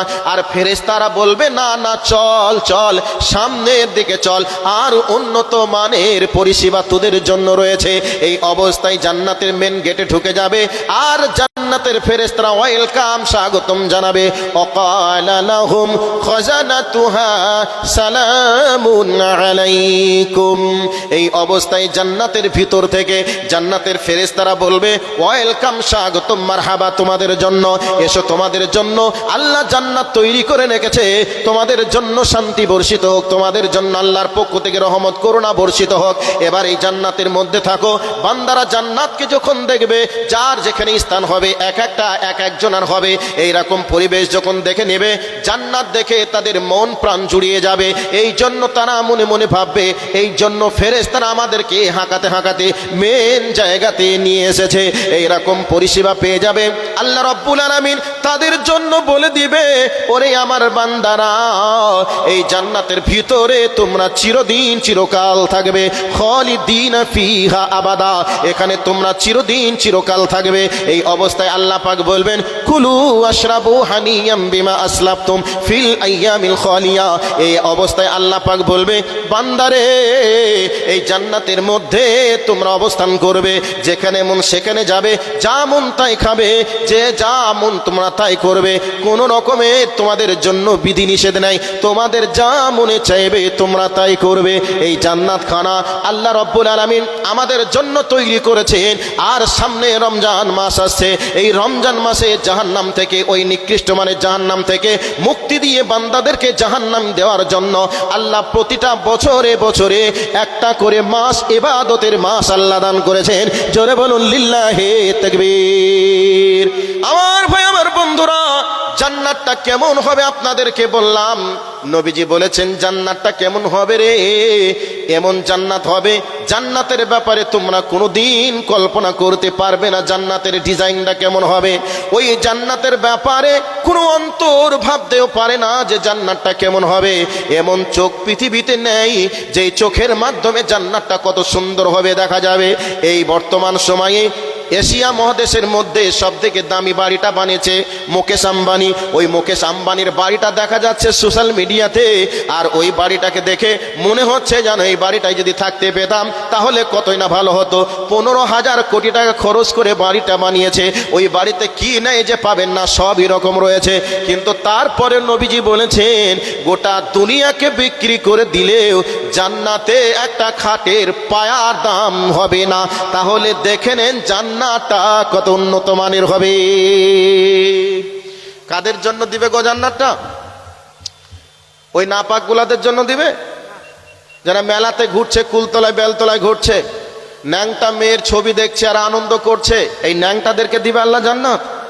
ওই যে যারা ন্যাংটা হয়ে নাচছে আর তারা বলছে আমরা এই দুনিয়ার সব, তোমরা কিছুই নাও, ওই নাপাকের বাচ্চা নাপাকগুলো ওখানে যাবে? মনে হচ্ছে না, যাবে না। কে যাবে? ইমানদাররা যাবে। আর ইমানদার কারা? যারা মুসলমান নামাজি, তারা। ঈদের জন্য আল্লাহ তৈরি করেছেন ওই জান্নাত। গোটা দুনিয়াকে বিক্রি করে দিলেও জান্নাতের একটা খাটের পায়ার দাম হবে না। ছোট্টবেলায় যখন কলকাতায় যেতাম, আর কলকাতায় ওই স্বর্ণের দোকানগুলি দেখতাম, আর জান জুড়িয়ে যেত, আর মনে মনে ভাবতাম শালা বাড়ি ঘর আর যাবো না, যদি এখানে থাকতে দিত আর খেতে দিত তাহলেই মনে হয় ভালো হতো, আর কোথাও যাব না, এইরকম মনে হতো। তো এখন বিশ্বের সব জায়গাগুলি মানে কম বেশি চলাফেরা করে দেখছি, আর তখন মনে হচ্ছে ওগুলো আবার কি। আর কোরআন যখন পড়ছি তখন মনে হচ্ছে আল্লাহ নবী যে বলেছেন, আল্লাহ বলেছেন গোটা দুনিয়াকে বিক্রি করে দিলে জান্নাতের একটা খাটের পায়ার দাম হবে না। তাহলে সেই জান্নাতটা কেমন হবে? সেই জান্নাত কেমন হবে আল্লাহ তো বলে দিয়েছে, কল্পনা করতে পারবে না। জান্নাতটা কেমন হবে চোখ কোনোদিন দেখেনি, অন্তর কোনোদিন ভাবেনি, তার মাস্টার প্ল্যানটা কেমন হবে সেই জান্নাতটা আমাদের জন্য তৈরি করেছেন। অথচ সেই জান্নাতের খবর আমাদের কাছে থাকার পরেও আমরা পাগলের মতো হয়ে দুনিয়াকে বিক্রি করে, জান্নাতকে বিক্রি করে দিয়ে দুনিয়াকে ক্রয় করছি। ঘুষের কারবার, সুদের কারবার, নারীর কারবার, চুরির কারবার, ব্যভিচারের কারবার, বেপর্দার কারবার সব যেন আমরা করছি। এগুলি করলে তো ভাই ওই জায়গায় যাওয়া যাবে না। ওই জায়গায় যেতে হলে কি করা লাগবে? নরম হয়ে পৃথিবীর বুকে কোরআন এবং সুন্নাহ মেনে চলতে হবে। ভাইয়া, আপনাদের বসা দেখে আমি ভালো খুশি হয়েছি যে বক্তব্য শুরু হতে হতেই এসে গেছেন, কিন্তু দুই সাইডে চলে গেলেন, মিডিলটা বাদ দিলেন, জানি না কোন কারণে দিয়েছেন। প্রধান বক্তা আসছেন সুদূর আসাম থেকে, আমাদের পশ্চিমবঙ্গের বদনাম হবে, তারপরে আপনাদের করঞ্জির মানুষের বদনাম হবে। এটা কি চান যে আপনাদের গ্রামের বদনাম হোক? আরে ভাই, বসাটাও কি শিখেন নাই যে বসতে হয় কি করে? বিয়ে যদি নাও করেন, নাও করেছেন, তো বিয়ের অভিজ্ঞতা তো বরযাত্রী গিয়েও তো উপলব্ধি করেছেন। বিয়ে করেননি ঠিক আছে, তো বরযাত্রী গিয়েও তো বুঝেছেন যে বিয়েটা করতে হয় কি করে। তো জালসা আপনারা না দিলেও জালসায় তো বিভিন্ন জায়গায় গিয়েছেন, বসতে কি করে হয় এটাও তো আপনারা জেনেছেন। কিভাবে বসেছেন আপনারা? বলছি কানে দিয়েছি তুলো, পিঠে বেঁধেছি কুলো, ওই বাদুল্লাহ তুই যত পারবে কিলো, উঠছি নি এখান থেকে, এই ভাবনা চিন্তায় বসে আছেন। কটা বাজলো আর কি বলে 10টা 23। আচ্ছা, তো আচ্ছা কে কে বিরক্ত হলেন এই কথাগুলো শোনার পরে একটু বলেন তো ভাই, বিরক্ত কে কে হয়েছেন? বিরক্ত হননি তো? খুশি কে কে একটু হাত তুলন তো দেখি। মাশাআল্লাহ, তাহলে প্রায় সকলেই খুশি, ওই দিকের লোকগুলো অখুশি। তো আলহামদুলিল্লাহ, জান্নাতে যেতে হলে কিছু করা লাগবে। কি করা লাগবে? নামাজ পড়া লাগবে। আর কি করা লাগবে? আমল করা লাগবে। অনেক কিছু কথা বলার ছিল, বলার আছে, তবে আর একটা হাদিস দিই, লাস্ট একটা হাদিস দিয়ে আমার মেইন আলোচ্য বিষয়ের দিকে দৃষ্টি আকর্ষণ করার চেষ্টা করব।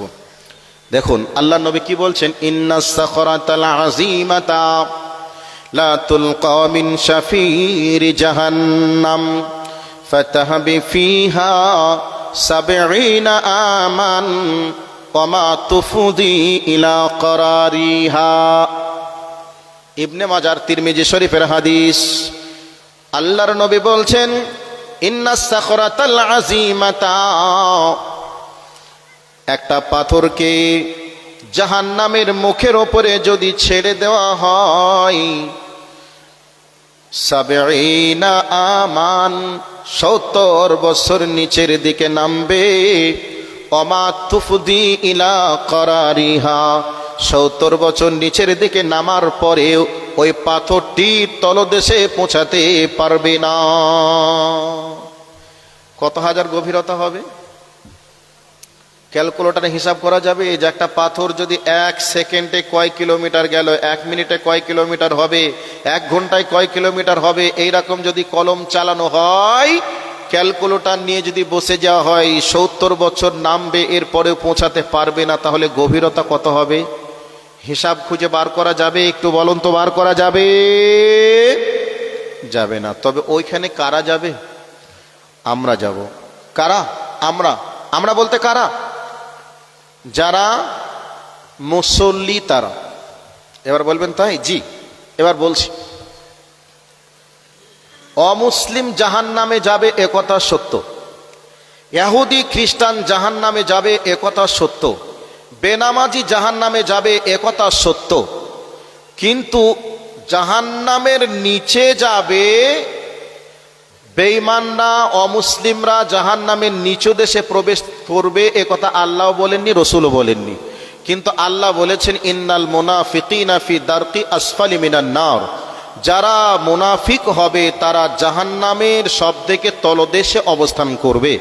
তবে মুনাফিক কারা? মুনাফিক হতে গেলে মসজিদে যাওয়া লাগবে। আল্লাহর নবীর পিছনে যারা নামাজ পড়তো, আল্লাহর নবীর মিটিংয়ে যারা উপস্থিত থাকতো, এই সমস্ত ব্যক্তিদের ভিতর থেকেই মুনাফিকের লিস্ট এসেছে। এবার মুনাফিকদের বৈশিষ্ট্য সম্পর্কে রসুল আলোচনা দিয়েছেন। এক জায়গায় ৩টা আর এক জায়গায় 4টা।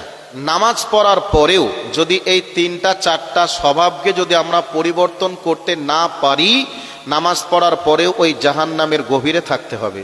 ১ নম্বর হলো ইদা ওয়াদা আখলাফা, ওয়াদা করার পরে যদি কেউ খিলাফ করে। তো আমরা অনেকজন ওয়াদা করি কি আগামীকাল থেকে নামাজ পড়বো ইনশাআল্লাহ, ওয়াদা করলাম, দিয়ে আর নামাজ পড়তে যায় না, তাহলে খিলাফ করলাম। তাহলে এবার বলবেন তো তাহলে তো বেনামাজি থাকলাম। ধরে নেন এটাকে বাদ দিলাম। আপনি বললেন মসজিদের জন্য, মাদ্রাসার জন্য ৫,০০০ দেব, দিলেন না। একটা কথা কাউকে আমানত রাখলেন যে ভাই এই কথাটা আপনাকে আমি বললাম, কাউকে বলবেন না, সুযোগ বুঝে আপনি বলে দিলেন, তাহলে এটা হলো না? আগামীকাল এক জায়গায় গুরুত্বপূর্ণ জায়গায় যাওয়া লাগবে, এখন আপনাকে বলে দেওয়া হলো যেতে হবে, তো আপনি বলেন ইনশাআল্লাহ যাব, তো আপনার অপেক্ষায় আমি থাকলাম, কিন্তু সকাল হলো আপনি গেলেন না, মোবাইলটা বন্ধ করে দিলেন, তাহলে এটা কি করলেন? ওয়াদা খিলাফ করলেন কি করলেন না? করলেন। তো নামাজ পড়ার পরেও ওয়াদা করে কেউ যদি খিলাফ করে, নামাজ পড়ার পরেও তাকে জাহান্নামে তো যেতেই হবে, জাহান্নামের তলদেশে অবস্থান করা লাগবে।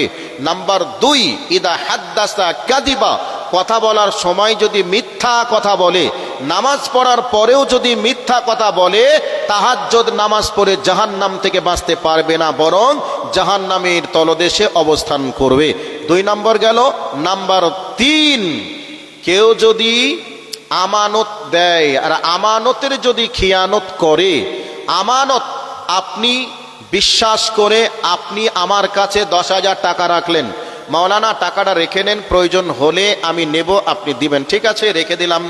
পজিশন পরিবেশ দেখে টাকাটা চাইলেন, আমি বললাম না তো ভাই, টাকা তো আপনি রাখেননি, কই আপনি টাকা রেখেছেন? আমি জানি টাকা রেখেছেন আপনি, কিন্তু আমি দিলাম না, আমানতের খিয়ানত করলাম। তো এই যে আমানতের খিয়ানতটা আমি করলাম, করার পরে আমি যদি নামাজ পড়ি, তাহাজ্জুদ পড়ি, হজ করি, এর পরেও আমি তো জাহান্নামে যাবই যাব, জাহান্নামে তলদেশে অবস্থান করব। নাম্বার 4, ওয়াইদা খাসামা ফাজারা, কথাবার্তা শুরু হলো, তর্ক লেগে গেল, খিস্তি করে গালি দিল। খিস্তি করে গালি দেওয়ার স্বভাব এক প্রকার মানুষের আছে, আছে না নেই? আছে। তো এই স্বভাব যদি ত্যাগ না করতে পারি নামাজ পড়ার পরেও, আমাকে আপনাকে জাহান্নামে যেতে হবে, কিচ্ছু করার নেই। তাহলে এই যে 3-4টা আমল আপনাকে দিলাম বা আপনাদেরকে দিলাম, এই আমল থেকে যদি আমরা বাঁচতে পারি, তাহলে জাহান্নামের তলদেশ থেকে আমরা বাঁচতে পারবো। আর যদি নামাজ পড়ার পরেও এই 3-4টা বৈশিষ্ট্যকে আমরা ডিলিট করতে না পারি, নামাজ পড়ার পরেও আমাদেরকে জাহান্নামে যাওয়া লাগবে। আল্লাহর কাছে দোয়া রাখি, আল্লাহ তুমি আমাদেরকে এই জঘন্যতম অপরাধ থেকে তুমি আমাদেরকে বাঁচিয়ে রাখো, বলি আমিন। আর একটু আসতে বলুন আমিন। আচ্ছা, আলহামদুলিল্লাহ, আল্লাহ তুমি আমাদেরকে সকলকে হেফাজত করো। এবার আপনারা যারা আছেন, আপনাদেরকে আমি আধা ঘন্টার জন্য জিহাদের ময়দানে আমি আবদ্ধ করলাম। আর জিহাদের ময়দান থেকে পালিয়ে যাওয়ার বৈশিষ্ট্যটা হচ্ছে মুনাফিক মানুষের বৈশিষ্ট্য। এই আধা ঘন্টায় শুধুমাত্র প্রস্রাব আর পায়খানা লাগলে ছুটি, প্রস্রাব পায়খানা যাদের লাগেনি তারা যদি চলে যায়, তাহলে জানতে হবে জিহাদের ময়দান থেকে পালিয়ে যাচ্ছে। আমি তো আলিম, নবীজি বলেছেন আলেমরা হলো নবীদের ওয়ারিস, তো আমি আলেম হিসাবে, নবীদের ওয়ারিস হিসাবে আপনাকে জিহাদের ময়দানে আবদ্ধ করলাম। এবার বলবেন যে আপনি তো সাধারণ মানুষ, আপনার সঙ্গে ওয়াদা খিলাফ করলে কি হবে? এই ধরনের মানুষগুলি নবীজির জামানাতেও ছিল, তারা ওই নবীজির জামানাতেও জিহাদের ময়দান থেকে পালিয়ে যেত বলেই এই কথাটা বলা হয়েছে। তো জিহাদের ময়দানে আবদ্ধ করলাম, আধা ঘন্টার মধ্যে কেউ উঠবেন না, তবে উঠতে পারেন প্রস্রাব আর পায়খানা লাগলে। আর যদি মুনাফিকের স্বভাব থেকে যায়, তাহলে ওই লোকগুলা উঠবেই, তার পাছার হাড় পর্যন্ত কটকট করে কামড়াবে, থাকতে পারবে না, যাবে। একটু চিনে রাখবেন সেই ব্যক্তিগুলাকে। এবার আমি আসল বিষয়ে যাব, বলতে যে বিষয়ে আমার আলোচ্য সূচি। আলোচ্য সূচি বলতে মাদ্রাসা, আজকের বাৎসরিক জালসার আয়োজন হয়েছে আপনাদের মাদ্রাসা দারুস সালাম, নাকি দারুস সালাম একাডেমি। তো দারুস সালাম একাডেমির পক্ষ থেকে আজকে বাৎসরিক জালসা ৭৯তম। এই বাৎসরিক জালসা করঞ্জি ইসলামিয়া মাদ্রাসা দারুস সালাম একাডেমির উন্নতি কল্পে ৭৯তম বার্ষিকী আজিমুসান জালসা। এই জালসার জন্য কর্তৃপক্ষ আপনাদেরকে দাওয়াত করেছেন, আপনারা সকলেই জানেন। এই মাদ্রাসায় প্রায় 40 না 50 জন ছাত্র হোস্টেলে থাকে। মাস গেলে 40 থেকে 50 হাজার টাকার বেতন লাগে। আর এগুলি সরকার হচ্ছেন আপনারা দেন, চলছে, আপনারা দিবেন না, বন্ধ হয়ে যাবে। আর শুভেন্দু অধিকারীকে লাগবে না, অমিত শাহকে লাগবে না, আর আপনার ওই উত্তরপ্রদেশের নাপাক বেঈমানটাকেও লাগবে না, এমনি এমনি বন্ধ হয়ে যাবে। তবে এই মাদ্রাসাগুলি হচ্ছে জাতির কাছে হাড়ের মতো গুরুত্ব। একটা মানুষের দেহে হাড় যদি অসুস্থ হয়ে যায়, মানুষটা অসুস্থ হয়ে যায়। ঠিক মাদ্রাসার অবস্থা যদি অর্থনৈতিকভাবে ভেঙে পড়ে, পঠন পাঠনের দিক যদি ভেঙে পড়ে, তাহলে জানতে হবে এ জাতি ধ্বংসের মুখে। আল্লাহর নবী বলেছেন লা তাকুমু সাআত হাত্তা ইয়াকুলু ফিল আরদি আল্লাহ আল্লাহ। যেমন ভাবে আপনাদেরকে বলি, ইলেকট্রিক অফিস থেকে পার হাউস থেকে যেমন কারেন্ট সাপ্লাই হয়, এখন পার হাউসে যদি কারেন্ট না থাকে, আপনার এখানে কারেন্ট থাকবে এটাকে মনে হয়? আশা করি এখানে কারেন্ট থাকবে না। পার হাউস থেকে যেমন ইলেকট্রিক অফিস থেকে কারেন্ট সাপ্লাই হয়, তো মাদ্রাসা থেকে ঈমান এবং আমল সাপ্লাই হয়। মাদ্রাসা যেদিন বন্ধ হয়ে যাবে, সেই দিন আপনার কাছ থেকে ঈমান এবং আমল বন্ধ হয়ে যাবে। তো মাদ্রাসা জাতির কাছে গুরুত্ব হচ্ছে অপরিসীম গুরুত্ব। মাদ্রাসা নেই, ইসলাম নেই, মুসলমান নেই, পৃথিবী নেই। তবে এই মাদ্রাসা আছে বলে আল্লাহ পৃথিবীকে রেখেছেন। নবীজি বলছেন, লা তাকুমু সাআত হাত্তা ইয়াকুলু ফিল আরদি আল্লাহ আল্লাহ। ততদিন পর্যন্ত কিয়ামত হবে না, পৃথিবী ধ্বংস হবে না, যতদিন পর্যন্ত পৃথিবীতে আল্লাহ আল্লাহ বলার লোক থাকবে। আল্লাহ বলতে হয়, শিক্ষাটা কোথায় থেকে পাওয়া যায়? মাদ্রাসা থেকে। মাদ্রাসা থেকেই ইমাম তৈরি হয়, আলেম তৈরি হয়, বক্তা তৈরি হয়। তো আপনারা যে সাধারণ মানুষ, আল্লাহকে আল্লাহ বলে ডাকতে হয়, দোয়া দরুদ শিখতে হয়, কাদের কাছ থেকে পেলেন? আলেমদের কাছ থেকে পেলেন। তো আমরা কোথা থেকে শিখলাম? মাদ্রাসা থেকে শিখলাম। মাদ্রাসা না থাকলে কোথাও শিক্ষা থাকবে না। এই জন্য মাদ্রাসার গুরুত্ব জাতির কাছে হাড়ের মতো।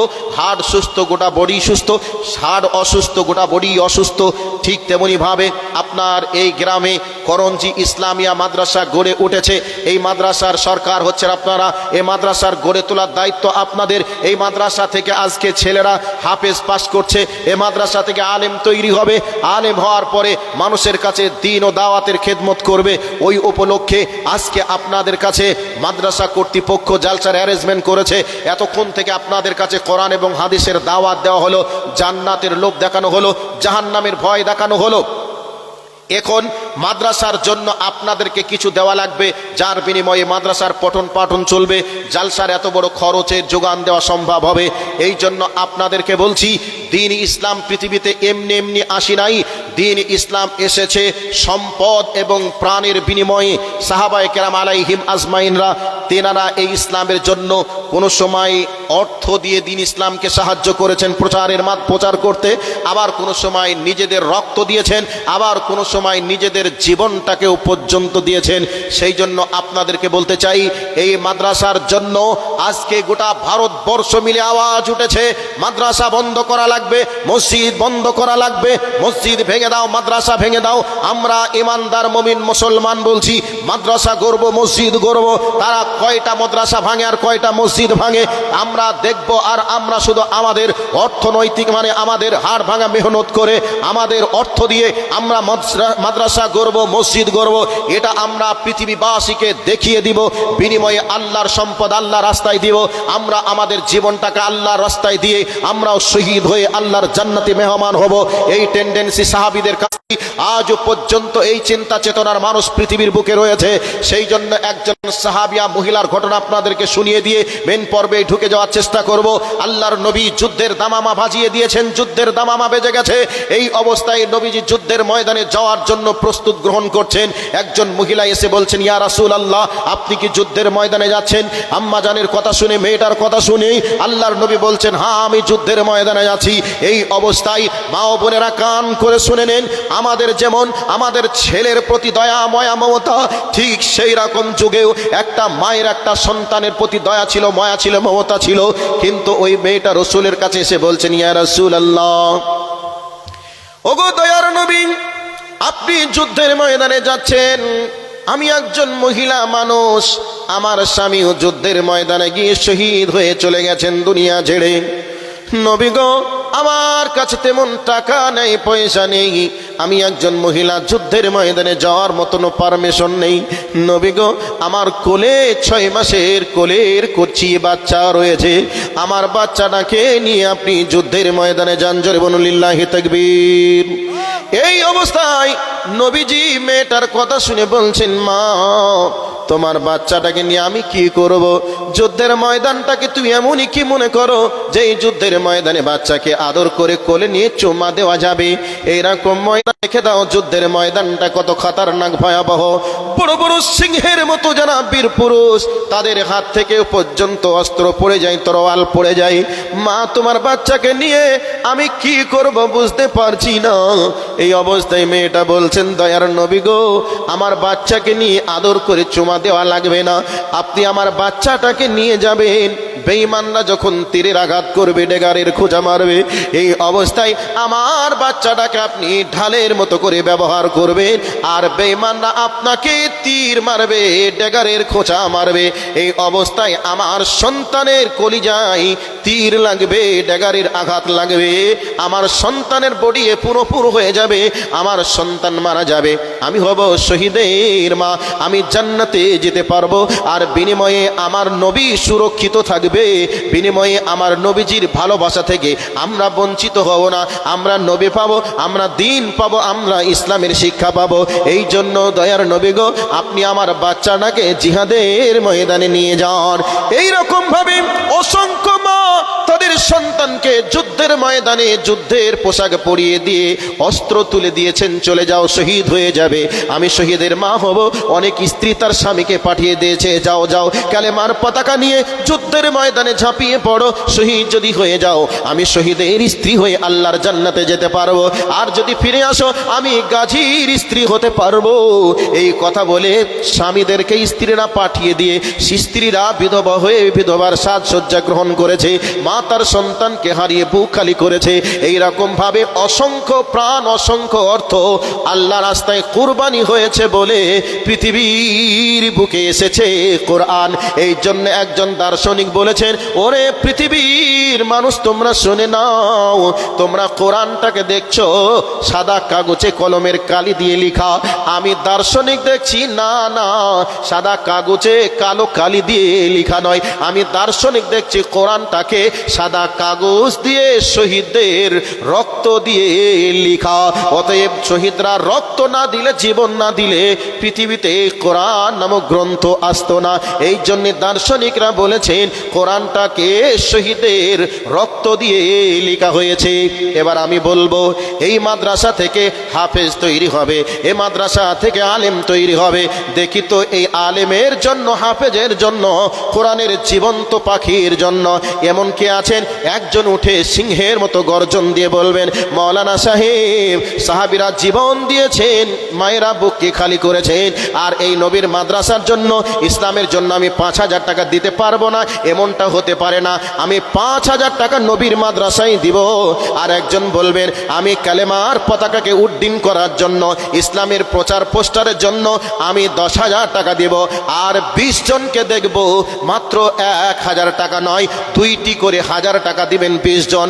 এবার আমি আপনাদেরকে 1 নাম্বার সিরিয়াল দিয়ে শুরু করব, একবার লিল্লাহে তাকবীরের আওয়াজ দিব, একজন সিংহের মতো গর্জন দিয়ে, 10,000 হোক 5,000 হোক, একবার লিল্লাহে তাকবীরের আওয়াজ দেওয়ার সাথে সাথে সিংহের মতো গর্জন দিবেন এইভাবে যে, আল্লাহ গো, নবীর সাহাবীরা নিজের জীবন দিয়েছে, রক্ত দিয়েছে, সম্পদ দিয়েছে, বিনিময় ইসলাম পৃথিবীর বুকে প্রতিষ্ঠিত হয়েছে। আজকে আমাদের মাদ্রাসার জন্য, দিন ইসলামের খেদমতের জন্য আমি 5,000 টাকা দিলাম, যদি কোনোদিন প্রয়োজন হয় ইসলামের জন্য নিজের জীবনটাও দিতে পারবো, এই নিয়ত করে আল্লাহর কাছে 5,000 টাকা দেওয়ার জন্য প্রস্তুত গ্রহণ করবেন। নবীজি বলেছেন, প্রত্যেকটা মানুষকে জিহাদের তামান্না নিয়ে, শহীদের তামান্না নিয়ে দুনিয়ায় বাঁচতে হবে। যদি দুনিয়াতে জিহাদের তামান্না, শহীদের তামান্না না নিয়ে কেউ যদি মারা যায়, তাহলে মুনাফিকের মৃত্যু হবে। অতএব সকলে মনের ভিতরে শহীদের তামান্না নিয়ে 5,000 টাকা দান করব, নিয়ত করে নেন। একবার লিল্লাহি তাকবীরের আওয়াজ দিব, একজন বলবেন আমি 5,000 দেব, আর একজন বলবেন আমি 10,000 দেব। আপনাদেরকে দেখতে চাই এবার কে আছেন এই জায়গাতে আল্লাহর রাস্তায় দেওয়ার মতো, একবারে জোরে বলুন লিল্লাহি তাকবীর। অমিত শাহ মনে শুনে নেবে, আর মনে হয় যেন লিল্লাহি তাকবীর আওয়াজ যদি জোর হয়ে যায়, তাহলে একেবারে উত্তরপ্রদেশের যোগী আদিত্যনাথ টাকলাটা হয়তো শুনে নেবে, ভয়ে বলছেন না নাকি? লিল্লাহি তাকবীর। কে আছেন একজন? 5,000, বেশি বলিনি, একজন 5,000 টাকা। তারপরে সিরিয়াল আসবে ইনশাআল্লাহ। কে আছেন একজন 5,000 টাকা দেনেওয়ালা? একজন বলুন। নবীর মাদ্রাসা জাতির জন্য কতটা প্রয়োজন আপনাদেরকে বলেছি। আজকে বেঈমানরা মিশন বন্ধ করো, স্কুল বন্ধ করো, কলেজ বন্ধ করো, এ কথা তারা না বলে টার্গেট কেন নিচ্ছে মাদ্রাসা? মাদ্রাসা থেকেই জাতির সিংহ পুরুষ তৈরি হয়। মাদ্রাসা আছে, পৃথিবী আছে, এ কথা তারা জানে, যার কারণে মাদ্রাসা ভাঙো এর টার্গেট তারা শুরু করেছে। এই জন্য বলছি, একজন কে আছেন 5,000 টাকা দেনেওয়ালা, একজন সিংহের মতো গর্জন দিয়ে বলুন দেখি। তাড়াতাড়ি, সময় প্রায় আমার শেষের দিকে এসে গেছে, বেশি সময় আপনাদের কাছে নিব না। একজন কই, কোনটা? উনি এসেছিলেন? আচ্ছা, কি নাম? লিল্লাহে তাকবীর। ডাক্তার আমিনুল ইসলাম সাহেব 5,000 টাকা। মাশাআল্লাহ, জাযাকাল্লাহ খাইরান জাযা ফিদ দুনিয়া ওয়াল আখিরা। আল্লাহুম্মা সাল্লি আলাইহি, আল্লাহুম্মা বারিক আলাইহি। মাবুদ গো, তোমার বান্দা ডাক্তার আমিনুল ইসলাম পানিশালা থেকে তোমার নবীর মাদ্রাসাকে চালু রাখার জন্য, কোরআনের খেদমতের জন্য রে মাবুদ 5,000 টাকা দান করেছেন। আল্লাহ, যেদিন দুনিয়া থেকে বিদায় নিবে সেই দিন তুমি শহীদি মৃত্যু তুমি দান করবে। মাবুদ গো, তাদের পরিবারের সকলকে তুমি 5 ওয়াক্তের নামাজি বানিয়ে নিবে। আত্মীয় স্বজন যারা না ফিরার দেশে চলে গেছে সকলকে তুমি জান্নাতি মেহমান বানিয়ে দিবে। মাবুদ গো, সংকীর্ণ কবরকে প্রশস্ত করে দিও, অন্ধকার কবরকে আলোকিত করে দিও। 5,000 টাকাকে আল্লাহ 5 লক্ষ টাকা বলে তুমি কবুল করিও। আখিরাতে 5 কোটি টাকা সমপরিমাণ দানের সব তার আমল নামায় জমা রাখিও। আমিন, আল্লাহুম্মা আমিন। ডাক্তার আমিনুল ইসলাম সাহেবের সঙ্গে একজন নেই? আল্লাহ তো বলেছেন খলাকনাকুম আজওয়াজা, আমি প্রত্যেকটা জোড়া জোড়া তৈরি করেছি। তো এই পানিশালার একটাই কে ডাক্তার আছে? আর কে ডাক্তার এই এলাকায় নেই? দেখি তো ভাই, ডাক্তার কে আছেন, মাস্টার কে আছেন, ব্যবসায়ী ভাই কে আছেন, কৃষক কে আছেন? আর একটা জোড়া কেউ আছে কিনা দেখি। একজন আল্লাহর হস্তে। আর একজন কে আছেন 5,000 টাকা দেনেওয়ালা? একটু তাড়াতাড়ি আসুন তো, তাড়াতাড়ি কে আছেন একটু? ওই জান্নাত, যেই জান্নাতের বর্ণনা আপনাদেরকে শুনিয়েছি, ওই জান্নাতের যাওয়ার জন্য কে আছেন 5,000 টাকা দেনেওয়ালা? আর একজন কে আছেন? একটু মেহেরবানি করে তাড়াতাড়ি আসুন। গতবারে এসেছিলাম, আলহামদুলিল্লাহ যথেষ্ট সাড়া আপনাদের কাছ থেকে পেয়েছিলাম। আজকে কি যে হলো, আপনারা উঠছেন না কেন? কারণ কি বুঝতে পারলাম না। কে আছেন ভাই? একটু আসুন না, তাড়াতাড়ি আসুন, সময় তো আর লস করা যাবে না। আগত মেহমান এসে বসে আছেন, উনিও আলোচনা করবেন। তো কালেকশন করতে করতেই যদি রাত 13টা বেজে যায়, তাহলে আর আলোচক এসে আলোচনা করবে কখন? সেই জন্য ডাক্তার আমিনুল ইসলামের সাহেবের সঙ্গী জোড়া হওয়ার জন্য আর একজন কে আছেন যিনি 5,000 টাকা দিবেন। ভাই, নগদ নেই, আপনি লিখে দেন, রমজান মাসে দিবেন। রমজান মাসে সব আল্লাহ রব্বুল আলামিন 7 গুণ বাড়িয়ে দিবেন, 700 গুণ পর্যন্ত। ওই জন্য কে আছেন আর একজন 5,000 টাকা দেনেওয়ালা? একটু লিল্লাহি তাকবীরের আওয়াজ আর একবার দিই। আপনারা 5,000 টাকা দেনেওয়ালা দেওয়ার জন্য একজন উঠে আসুন। আর একজন কে আছেন? লিল্লাহি তাকবীর। আর একজন কে আছেন? একটু আসুন তো ভাই দেখি। কই গো, আর কেউ নেই ভাই? 5,000 টাকা দেনেওয়ালা আর একজন একটু আল্লাহর হস্তে আসুন। তানজির আলম নয়াপাড়া থেকে 5,000 টাকা। মাশাআল্লাহ, 1,000 টাকা নগদ, 4,000 টাকা বাকি। মাবুদ গো, তোমার বান্দা তানজির আলম নয়াপাড়া থেকে 5,000 টাকা দান করেছেন। মাবুদ, তোমার বান্দা দানকে তুমি কবুল করে নাও, মনের আশাকে তুমি পূরণ করে দাও, জিন্দেগীর গুনাহগুলিকে তুমি মাফ করে দাও। রব্বুল আলামিন বাড়ির সকলকে তুমি 5 ওয়াক্তের নামাজি বানিয়ে দাও।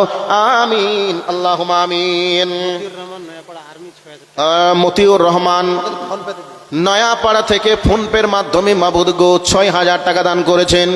কোথায় অত ছিল দেখো তোমার বান্দা মতিউর রহমান। 6,000 টাকা আল্লাহ হইল এলান। 6,000 টাকা দেখো করিয়াছে দান। প্রতিদান দিও আল্লাহ মহামূল্যবান। আত্মীয় এ গানা যারা গিয়েছে চলিয়া, তাসাবার গুনাহ মাফ করো পরওয়ার। এই মতো মতিউর ভবে না রহিত, কেবাওয়ানা তোর রহে দান দিয়ে যেত। আমিন ও আমিন, আল্লাহ হাজারো আমিন। এ দানের তুমি আল্লাহ হয়ে যাও জামিন। আমিন, আল্লাহুম্মা আমিন। ভাইরা আমার, 2,000 টা 5,000 টাকা করে দুইজন এসেছে। একজন 6,000 টাকা দিয়েছেন আর দুইজন 5,000 করে দিয়েছে। মাবুদ গো, তোমার বান্দাদের কাছে চেয়েছিলাম 5,000 টাকা করে, এসেছে দুইজন, একজন 6,000 টাকা দিয়েছে। 2,000 টাকা করে চেয়েছিলাম আল্লাহর বান্দাদের কাছে। দেখুন ভাই আমার, মায়েরা আমার, বোনেরা আমার, আপনাদের যেমন দুনিয়ার প্রতি লোভ আছে, লালসা আছে, দুনিয়ার প্রতি লোভ ছিল, লালসা ছিল, মায়া ছিল, মহব্বত ছিল, এরপরে দুনিয়াকে বিসর্জন দিয়ে আখিরাতকে ক্রয় করেছেন তারা। এই জন্য নামের পাশে রাদিয়াল্লাহু তাআলা আনহা টাইটেল যোগ হয়েছে, রাদিয়াল্লাহু তাআলা আনহু টাইটেল যোগ হয়েছে। ভাইরা আমার, সামনে যারা বসে আছেন, আল্লাহ পাক যাদেরকে সম্পদ দিয়েছেন, ওই সম্পদ থেকে মাত্র 2টি করে 1000 টাকা দেবেন। 10-30 জনের কাছে চাইবো। নাম শামীম আক্তার, বাড়ি মিঠাপুকুর, তার স্ত্রী মারা গেছে, নাকফুলটা দান করেছে। দেখুন তো, শামীম আক্তার, তার স্ত্রী মারা গেছেন মিঠাপুকুর থেকে। স্ত্রী কিন্তু মারা গেছে, স্ত্রীর ব্যবহারকৃত জিনিস নাক মাছি, নাকফুল, তিনি এখনো পর্যন্ত দুনিয়ায় থেকে গেছে। মানে সম্পদ পড়ে আছে, মানুষ চলে গেছে, তবে মালিকটা চেঞ্জ হয়ে গেছে, মালিকটা পরিবর্তন হয়ে গেছে। শামীম আক্তার একই বালিশে মাথা লাগিয়ে, একই লেপের তলে স্বামী স্ত্রী বিছানায় ঘুমাতো রে। আজকে সেই স্ত্রী স্বামীকে রেখে চলে গেছে না ফেরার দেশে। তেনার স্ত্রীর রুহের মাগ ফেরাতের জন্য একটা নাক মাছি দান করেছে। মাবুদ কি আশাই দিয়েছে জানি না, তার স্ত্রী যদি আল্লাহ গো কবর গৃহের মধ্যে কোনো রকম ভাবে যদি বিপদের মধ্যে থেকে যায়, মাবুদ তার স্ত্রীকে তুমি বিপদ থেকে উদ্ধার করো, সংকীর্ণ কবরকে প্রশস্ত করো, অন্ধকার কবরকে আলোকিত করো। আয় আল্লাহ, তার শামীম আক্তারকেও দিনের জন্য কবুল করো, আমিন, আল্লাহ আমিন। কি নাম বাবাজি? শাহিদ নাম। দেখো, এখানেতে ছিল 2,000 টাকা বাড়ি এলানো হইল। 2,000 টাকা আল্লাহ করিয়াছে দান, প্রতিদান দিও আল্লাহ মহামূল্যবান। আমিন ও আমিন, আল্লাহ হাজার ও আমিন। এ দানের তুমি আল্লাহ হয়ে যাও জামিন, আমিন, আল্লাহুম্মা আমিন। 30 জনের কাছে 2,000 টাকা করে চেয়েছি রে ভাই। 2,000 টাকা বর্তমানে তেমন কিছু বিষয় নয়, 2,000 টাকা চেয়েছি। একজন শাহিদ নাম, তিনি ডাঙ্গাপাড়া থেকে 2,000 টাকা দিয়েছে। 30 জন। আমি আপনাদেরকে বলতে চাইবো, 30টা পারা কোরআন, 30টা পারা কোরআন, 114টা সূরা, তবে 30টা পারা কোরআনকে বোঝানোর জন্য 2,000 টাকা করে লাগবে। সাহাবীরা কোরআনের জন্য জীবন দিয়েছেন, রক্ত দিয়েছেন, মা বোনেরা পর্যন্ত জীবন দিয়েছে, রক্ত দিয়েছেন। হযরতে সুমাইয়া রাদিয়াল্লাহু ইসলাম কবুল করেছিলেন। হযরতে সুমাইয়াকে বলা হয়েছিল, ওরে সুমাইয়া, তুমি ইসলাম কবুল করেছো, এর নিটফল কি হবে তুমি কি জানো? তুমি যদি ইসলাম থেকে ফিরে না আসো, তোমাকে দুনিয়ার বুক থেকে মেরে দেওয়া হবে, শেষ করে দেওয়া হবে। ওরে মায়ের আমার, বোনের আমার, এবার আপনাকে হযরতে সুমাইয়ার জীবনীটা ছোট্ট করে বলে দেই। হযরতে সুমাইয়া রাদিয়াল্লাহু তাআলা আনহাকে বলা হলো, সুমাইয়া রে, তুমি যদি ইসলামের প্রতি অটল থেকে যাও, তাহলে তোমাকে মেরে দেওয়া হবে। কি করে মেরে দেওয়া হবে? ওই উমাইয়া এত খাতারনাক ব্যক্তি ছিল রে। হযরতে সুমাইয়াকে ইসলামের জন্য কি করে দেওয়া হলো? 2টি উটের পায়ে দড়ি বেঁধে দেওয়া হলো। উটের পিঠের উপরে আঘাত করা হলো। উট দুই দিকে, 2টি উট যখন চলতে শুরু করলো, বন্ধুরে আমার, মায়ের আমার, খালার আমার, বোনের আমার, ওই অবস্থায় কি করা হলো? হযরতে সুমাইয়ার লজ্জাস্থান দিকে লক্ষ্য করে বল্লমের আঘাত করে দেওয়া হলো। সঙ্গে সঙ্গে উটকে চলতে বাধ্য করে দেওয়া হলো। হযরতে সুমাইয়ার লজ্জাস্থানে বল্লম প্রবেশ করলো। 2 দিক থেকে উট যখন চালু হয়ে গেল, তখন 2টি পা সহ বডিটা দুখণ্ডিত হয়ে গেল। দুনিয়ার বুক থেকে হযরতে সুমাইয়া শহীদ হয়ে দুনিয়া থেকে চলে গেলেন। ইতিহাসের পাতাতে মেয়েদের মধ্যে সর্বপ্রথম শহীদ কে হয়েছিল? নাম আসবে হযরতে সুমাইয়া। তাহলে হযরতে সুমাইয়া রাদিয়াল্লাহু তাআলা আনহা কোরআনের জন্য, দ্বীনের জন্য, ইসলামের জন্য জীবন দিয়ে রাদিয়াল্লাহু তাআলা আনহা টাইটেল নিয়ে আল্লাহর জান্নাতি মেহমান হয়ে চলে গেছেন। ওই জন্য আমার মা ও বোনদেরকে বলবো, আমার মা ও বোনেরা, আপনারা যদি 1000 করে নাও পারেন, কমপক্ষে 500 টাকা করে দিবেন। 500 টাকা সকলেই দিতে পারবেন, 500 টাকা করে আল্লাহর রাস্তায় জমা করবেন। এবার আমি আপনাদের কাছ থেকে দেখব, 114টা সূরা আছে, 114 জনকে 500 টাকা করে নিব। একটা সূরার একজন দিবেন 500 টাকা করে। 114 জন প্রয়োজন আছে। মা ও বোনদেরকে বলবো, আপনাদেরকে 114 জনকে লাগবে। তবে দেখব নারীদের কাছ থেকে আগে 114টা পুঁজে নাকি ছেলেদের কাছে পৌঁছে, এটা আমার বিশ্বাস। নারীদের কাছ থেকে 114টা লিস্ট আগে আসবে। মা বোনেরা আমার, আপনারা 500 টাকা করে কাছে থাকে জমা করবেন। কাছে যদি নাই, নামটা লিখে এন্ট্রি করে পাঠিয়ে দিবেন। নিশ্চয়ই আল্লাহর কাছে দোয়া হয়ে যাবে। আর আল্লাহর কাছে বলবেন, মাবুদ গো, হযরত সুমাইয়া ইসলামের জন্য জীবন দিয়ে দিয়েছেন, শহীদ হয়ে গেছেন। যদি ইসলামের জন্য এমনও যদি কোনোদিন সিচুয়েশন এসে যায়, পরিস্থিতি পরিবেশ তৈরি হয়ে যায়, আমরাও ইসলামের জন্য জীবন দিব, শহীদ হয়ে আল্লাহর জান্নাতি মেহমান হব, এই উদ্দেশ্যে 500 টাকা করে দিবেন। এবার ছেলেদের কাছেও বলবো, 114টা সূরা 114 জন ব্যক্তিকে লাগবে। সর্বপ্রথম বলবো, একজন কে আছেন তাড়াতাড়ি দান হয়ে যাবেন, সূরাতুল ফাতিহা 500 টাকা। এরকম করে 114 জন লাগবে। মা বোনদেরকেও বলবো 114 জন লাগবে। এবার প্রস্তুতি গ্রহণ করুন। আগে সর্বপ্রথম বলেছি 30 জন আছেন, 30 জনের কাছ থেকে 30 জন 30টা পারা কোরআনের দাম মাত্র 1000 করে দিবেন। 1000 করে দিবেন। শহীদুল ডাঙ্গা পাড়া থেকে 2000 টাকা দিয়েছে, তার জন্য দোয়া করেছি। আল্লাহ তোমার বান্দাদের জন্য দোয়া করব। তাড়াতাড়ি এবার 1000 করে দিবেন, 1000 করে দিবেন। তাড়াতাড়ি উঠে আসবেন, আল্লাহর কাছে এভাবে বলবেন, আল্লাহ গো, শহীদরা জীবন দিয়ে রক্ত দিয়ে দুনিয়ার বুকে ইসলামের খেদমত করে গেছে, আমরা কেন 1000 করে দিতে পারবো না? অবশ্যই দিতে পারবো। একবার আমি লিল্লাহি তাকবীরের আওয়াজ দিব, ছুটতে ছুটতে আসবেন, একটা করে 1000 টাকা দিবেন, আল্লাহর রাস্তায় জমা হয়ে যাবে। আনসারুল হক নয়াপাড়া থেকে 1000 টাকা। আল্লাহ তোমার বান্দা দানকে কবুল করে নাও, মনের আশাকে পূরণ করে দাও। মেহেরাব আলী 3000 টাকা দিয়েছে, 2000 টাকা নগদ, 2000 টাকা নগদ, 1000 টাকা বাকি। আল্লাহ গো, তোমার বান্দা দানকে কবুল করে নাও, মনের আশাকে তুমি পূরণ করে দাও, জিন্দেগির গুনাহকে তুমি মাফ করে দাও, আমিন আল্লাহুম্মা আমিন। ভাইরা আমার, 2000 টাকা 1000 টাকা করে দুইজন পেয়েছি। সর্বমোট মিলে 28,000 টাকা। সর্বমোট আল্লাহ তোমার বান্দারা কে কত দিয়েছে আমরা লিখতে বলতে ভুল করলেও করতে পারি। এই লিস্টে এসেছে, সময় লস করব না, অপচয় করব না। তোমার বান্দারা কে কত দিয়েছে আল্লাহ লিখতে বলতে ভুল হলেও হতে পারে, কিন্তু তুমি এমন একটা মাবুদ, ইন্নাহু আলিমুম বিজাতিস সুদূর, তুমি বান্দার অন্তরে কি আছে তুমি সেটাও জানো। অতএব তোমার বান্দারা এখানে কত আছে? 18,000 না? কত আছে বললেন ভাই? 18,000, 28,000 টাকা।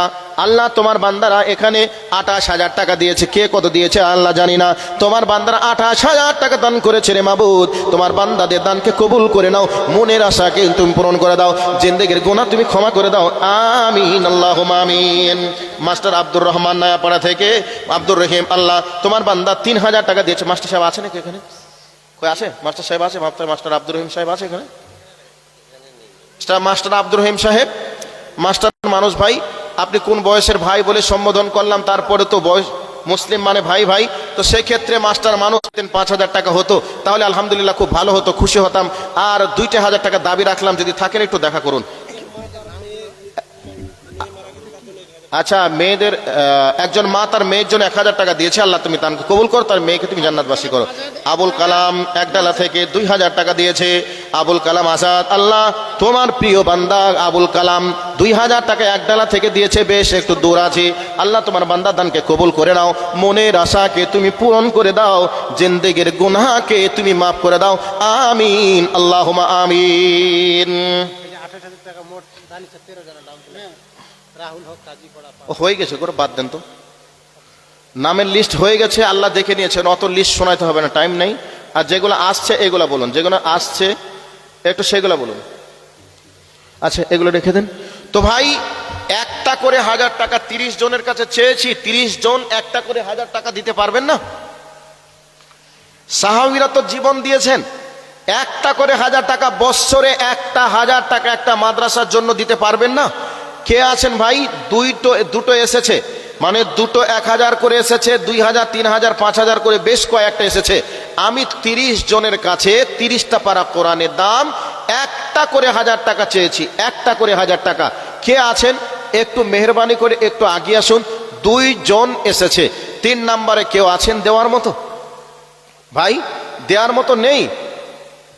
আগে কি আপনাদের কালেকশন হয়ে গেছে নাকি আমি কিছু বুঝতে পারছি না, কি ব্যাপার যে দিচ্ছে না কেন মানুষ? 1000 টাকা 500 টাকা করে দেওয়ার মতো লোক নেই ভাই।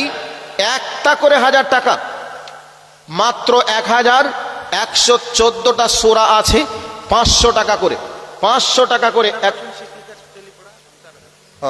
শিক্ষিকা হেনা পারভিন তেলেপাড়া, উনি 4000 টাকা দিয়েছেন। এই গ্রামে বাড়ি নাকি? কোনটা গো আপনি? আর 1000 টাকা মিসেসকে ফোন করেন তাড়াতাড়ি, 5000 টাকা করতে হবে। তাহলে উনি 5000, ওনার স্ত্রী 5000, দুইজন সমান সমান না? এনার 10,000 নাকি? কি আপনি 10,000 নাকি গো? আচ্ছা, লিল্লাহে তাকবীর। 1000 এসেছে আরেকজন ভাই আমার, উনি দিয়েছেন, তাহলে 3টা হলো। আচ্ছা হেনা পারবেন, আপনি ফোন করুন তাড়াতাড়ি, যে মৌলানা বলেছে আর 1000 লাগবে। কাজীপাড়া আব্বাস আলী, তাহলে 4টা হলো। 5 নম্বরে কে আছেন একটু তাড়াতাড়ি আসুন। আচ্ছা আপনি ফোন করুন তাড়াতাড়ি, আর 1000 লাগবে। আর যদি না হয় তাহলে আমাকেই ফোন করতে হবে নাকি? তাড়াতাড়ি বলুন। 4000 টাকা আর 1000 লাগবে। আপনি হ্যাঁ, আপনি কত ইয়ে করছেন আপনার করছেন ওর কাছে? 1000 দুইজনের কাছ থেকে 1000 করে 2000, ওনার 5000, ওনার স্ত্রী 5000। ওই মেয়েদের আপনি আমার সঙ্গে চালাকি করছেন। আমার নাম নবাব, ন্যায় কিছুর অভাব, ভিক্ষা করা স্বভাব ভাই, এই কাজে আমার। কিন্তু এই কথা বলে আমাকে বোঝাইলে হবে? উনি তো আপনার উনার স্ত্রীর কথা বলেননি। আমি তা আপনার স্ত্রীর কথা বলিনি যে 2000 লাগবে। আর 1000 ওনার পক্ষ থেকে তাড়াতাড়ি বলুন। তাহলে আলতাফ হোসেন নয়াপাড়া 1000। আলতাফ হোসেন নয়াপাড়া 1000 টাকা, তাহলে 5টা হলো। মাশাআল্লাহ, জাযাকাল্লাহ খাইরান জাযা ফিদ দুনিয়া ওয়াল আখিরা। 5 নম্বর হলো। 6 নম্বর কে আছেন একটু তাড়াতাড়ি আসুন, তাড়াতাড়ি। 6 নম্বর কে আছেন? আল্লাহ তোমার বান্দারা একের পর এক 1000 করে 6 জন লিস্টে পূরণ হয়ে গেছে। আল্লাহ বেনামিতে 600 টাকা দান করেছেন। আল্লাহ গো তোমার বান্দার দানকে কবুল করে নাও, মনের আশাকে তুমি পূরণ করে দাও, জিন্দেগির গুনাহ তুমি ক্ষমা করে দাও, আমিন আল্লাহুম্মা আমিন। ভাইয়া একটু তাড়াতাড়ি আসুন গো। কি ডাক্তার সাহেব, কালেকশনকে আগে আগে করে নিয়েছেন নাকি আমাকে ঠগানোর চিন্তা ভাবনা রেখেছেন নাকি গো? মানুষজন দিচ্ছে না, আমি কি করব, আগে আগে সব মেরে দিয়েছেন মনে হয়। আচ্ছা বেনামি তো 2 জন 500 করে, ওই যে 114টা সূরার মানে 3টা হলো ওই দিকের, এটাকে আলাদা জায়গায় রাখলাম। 3 জন হয়েছে, তাড়াতাড়ি ডাক্তার সাহেব দেন। কে এটা কি নাম? আন্নুর তাসলিম। আচ্ছা ঠিক আছে, ওই একাডেমির পক্ষ থেকে নগদ 2000 টাকা, তাই তো? আর 3000 টাকা বাকি, 5000 টাকা মোট, 2000 টাকা নগদ, 5000 টাকা বাকি। আল্লাহ তোমার বান্দাদের দান তুমি কবুল করো, তাদের প্রতিষ্ঠানকে তুমি কবুল করো, আমিন আল্লাহুম্মা আমিন। শফিউল্লাহ, তাই তো? শফিউল্লাহ সরকার নয়াপাড়া 5000 টাকা কাল দেবে। আল্লাহ তোমার বান্দার দানকে তুমি কবুল করো, মনের আশাকে তুমি পূরণ করো, জিন্দেগির গুনাহকে তুমি ক্ষমা করে দাও, আমিন আল্লাহুম্মা আমিন। আসুন আসুন ভাই আসুন চলিয়া, মাদ্রাসার লেগে কিছু দান হাতে লইয়া, দান করলে ভালো হয় হাদিসেতে কয়, নাদানেরা দুম দান হতে দূরে সরে রয়। আনোয়ার হোসেনের দাদি, আয় আল্লাহ দাদির রুহের মাগফিরাতের জন্য 1000 টাকা দান করেছেন। মাবুদ গো 8 নম্বর হয়ে গেল। আর একজন বেনামিতে 500 টাকা দান করেছেন। রব্বুল আলামিন তোমার বান্দার দানকে কবুল করে নাও, আমিন আল্লাহুম্মা আমিন। আযহাবিল বাস রব্বানা সুশফি আনতা শাফিল ইল্লা সিফাল্লাহ ইউবাদিরু সাগামা লা বাসা তাহুরু ইনশাআল্লাহ। আসআলুল্লাহ আযীম রব্বাল আরশিল আযীম ইয়াশফিয়াকা। মাবুদ গো অসুস্থ হালাতে তার দাদির রুহের মাগফিরাত মানে তো অসুস্থতার দূর মানে তার দাদির জন্য আল্লাহ 1000 টাকা দান করেছেন। ওনার দাদির জন্য দোয়া করি তুমি তাকে শিফায়ে কামিলা আজিলা তুমি দান করো, আমিন আল্লাহুম্মা আমিন।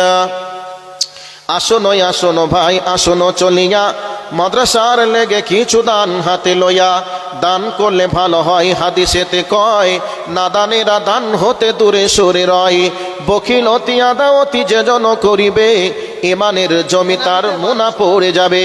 নোনা পড়ে গেলে জমিন ফসল না হয়, হয় নয় দেখো ভাই এই দুনিয়ায়।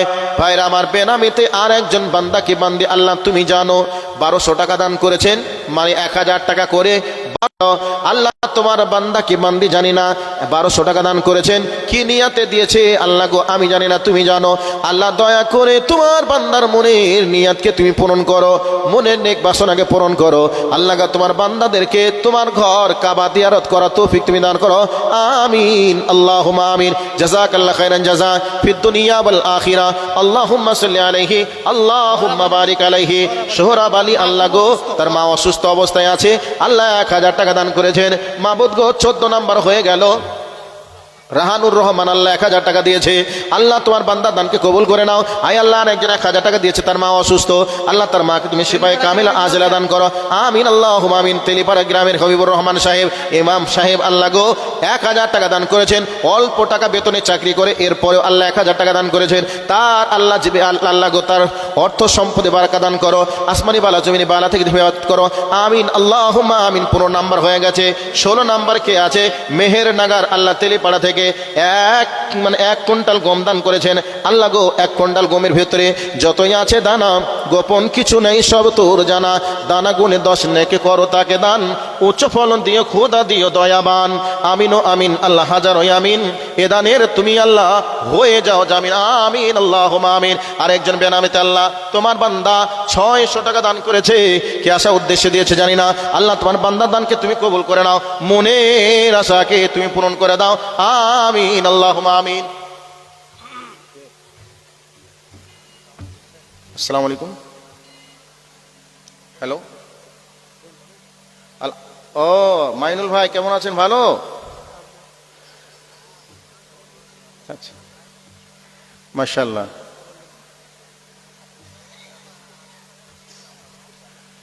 হাজার টাকা দিবেন এখানে? আচ্ছা আচ্ছা ঠিক আছে। কি করে দিবেন? ফোন পেতে দিবেন নাকি এখানে?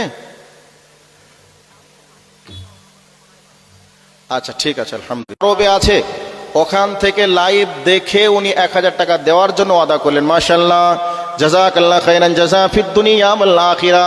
আল্লাহুম্মা সাল্লি আলাইহি আল্লাহুম্মা বারিক আলাইহি। মাবুদ গো, তোমার প্রিয় বান্দা মাইনুল সৌদি আরবের মাটিতে কাজ করে, পালি গ্রামে বাড়ি। মাওলা তোমার বান্দা 1000 টাকা দান করেছে, তাহলে 16 নাম্বার হয়ে গেছে, 17 নাম্বার হয়ে গেল। মাবুদ গো, তোমার বান্দা যে আশা উদ্দেশ্যে দান করেছেন, তোমার বান্দা দানকে তুমি পূরণ করে দাও। প্রবাস জীবন, কষ্টের জীবন, আল্লাহ তোমার বান্দাকে আসমানি বালা জমিনি বালা থেকে তুমি হেফাজত করো, শরীর সুস্থ রাখো, বালা মুসিবত থেকে আল্লাহ তুমি হেফাজত করো, আমিন আল্লাহুম্মা আমিন। 17 নাম্বার হয়ে গেছে, 1000 টাকা করে। 18 নাম্বারে কে আছেন? একজন আসবেন, আবু তাহের 50 কেজি, আবু তালেব 50 কেজি, নয়াপাড়া। 2 জন মরে 1 কুইন্টাল গম দান করেছেন। মাশাআল্লাহ, জাযাকাল্লাহ খাইরান জাযা ফিদ দুনিয়া ওয়াল আখিরা। আল্লাহুম্মা সাল্লি আলাইহি আল্লাহুম্মা বারিক আলাইহি। আল্লাহ তোমার বান্দার দানকে কবুল করে নাও, মনের আশাকে তুমি পূরণ করে দাও, জিন্দেগির গুনাহগুলিকে আল্লাহ তুমি মাফ করে দাও, আমিন আল্লাহুম্মা আমিন। ভাই 17 নাম্বার হয়েছে 1000 করে।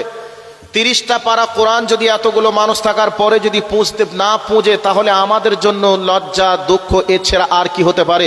17 নাম্বার হয়েছে, আর 18 নাম্বার, আর 13টা কি বাকি থাকবে? আশা করি এটাও পুঁজে যাবে। একটু তাড়াতাড়ি আসুন, 13 জন লাগবে, একটা করে 1000 টাকা দেনেওয়ালা। একটু তাড়াতাড়ি 18 নাম্বারে কে আছেন একটু আল্লাহর হস্তে মেহেরবানি করে আসুন। 11টা পার হয়ে গেছে, প্রধান বক্তা আসার সময় হয়ে আসছে।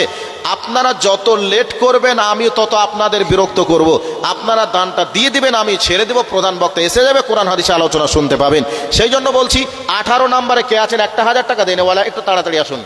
আকলিমা বেগম, নাকফুল। আকলিমা বেগম, আল্লাহ গো আকলিমা বেগম একটা নাকফুল দান করেছেন। আল্লাহ গো তাকে আসমানি বালা জমিনি বালা থেকে তুমি হেফাজত করো, আমিন আল্লাহুম্মা আমিন। আয় আল্লাহ, বেনামি আকলিমানে মহিলাদের পক্ষ থেকে আল্লাহ গো বেশ কয়েকশো টাকা দিয়েছে। আল্লাহ তোমার বান্দিদের দানকে তুমি কবুল করে নাও, মনের আশাকে তুমি পূরণ করে দাও, জিন্দেগির গুনাহগুলিকে তুমি মাফ করে দাও। আল্লাহুম্মা সাল্লি আলাইহা আল্লাহুম্মা বারিক আলাইহা। আল্লাহ তোমার বান্দিদের দানকে কবুল করে নাও। ভাই 18 নম্বরে কে আছেন? 1000 টাকা, 1000 টাকা দেনেওয়ালা 18 নম্বরে কে আছে? আল্লাহ তোমার বান্দাদেরকে তুমি কবুল যাদেরকে করবে তারাই দান করবে, যাদেরকে তুমি কবুল করবে না তারা দান করতে পারবে না। আল্লাহ তোমার নবীর মাদ্রাসায় কার টাকাকে তুমি কবুল করবে এটা তোমারই নির্বাচন। যাদের টাকাকে কবুল করবে তারা দিতে পারবে, আর যারা কবুল করবে না যাদের টাকাকে, তাদের থাকার পরেও দিতে পারবে না। বেনামিতে একজন 1000 টাকা দিয়ে 18 নম্বর হয়ে গেল। আয় আল্লাহ, উম্মর আলী এক ডালা থেকে 1000 টাকা উম্মর আলী। আল্লাহ গো 19 নাম্বার হয়ে গেল, 19 নাম্বার হয়ে গেল 1000 টাকা করে দেনেওয়ালা। মাবুদ গো, যে আশা উদ্দেশ্যে দান করেছেন আল্লাহ, আশা উদ্দেশ্যের খবরটা তুমি জানো আল্লাহ, দয়া করে আশা উদ্দেশ্যকে তুমি পূরণ করে দাও, জিন্দেগির গুনাহ তুমি মাফ করে দাও। এবার 19 নাম্বার হয়ে গেল, 20 নাম্বার কে আছেন? আর মাত্র 11 জন লাগবে। 11 জন হলে 30টা পারা কোরআন হয়ে যাবে। আল্লাহ, তোমার বান্দা কাদেরকে কবুল করছো আল্লাহ গো, একটু দেখবো। আমার একজন যুবক ভাই 500 টাকা দিয়েছে, মা অসুস্থ, আল্লাহ তার মাকে তুমি শিফায়ে কামিলা আজিলা দান করো। মা বাবার জন্য আরেকজন 1000 টাকা দিয়েছে, আল্লাহ গো তুমি শিফায়ে কামিলা আজিলা দান করো। সেবিল বাস রব্বানা শাসপান্তা সাবিলা শিবাগা ইল্লা শিবাল্লাহ ইউদির সাগামা লা বাসা তাহুন ইনশাআল্লাহ। আল্লাহ, তোমার আরেকজন বান্দা 500 টাকা দান করেছে, আল্লাহ কি আশা উদ্দেশ্য দিয়েছে জানি না, তোমার বান্দার দানকে তুমি সাদরে মঞ্জুর করে নাও, মনের আশাকে তুমি পূরণ করে দাও, আমিন আল্লাহুম্মা আমিন। ভাই 20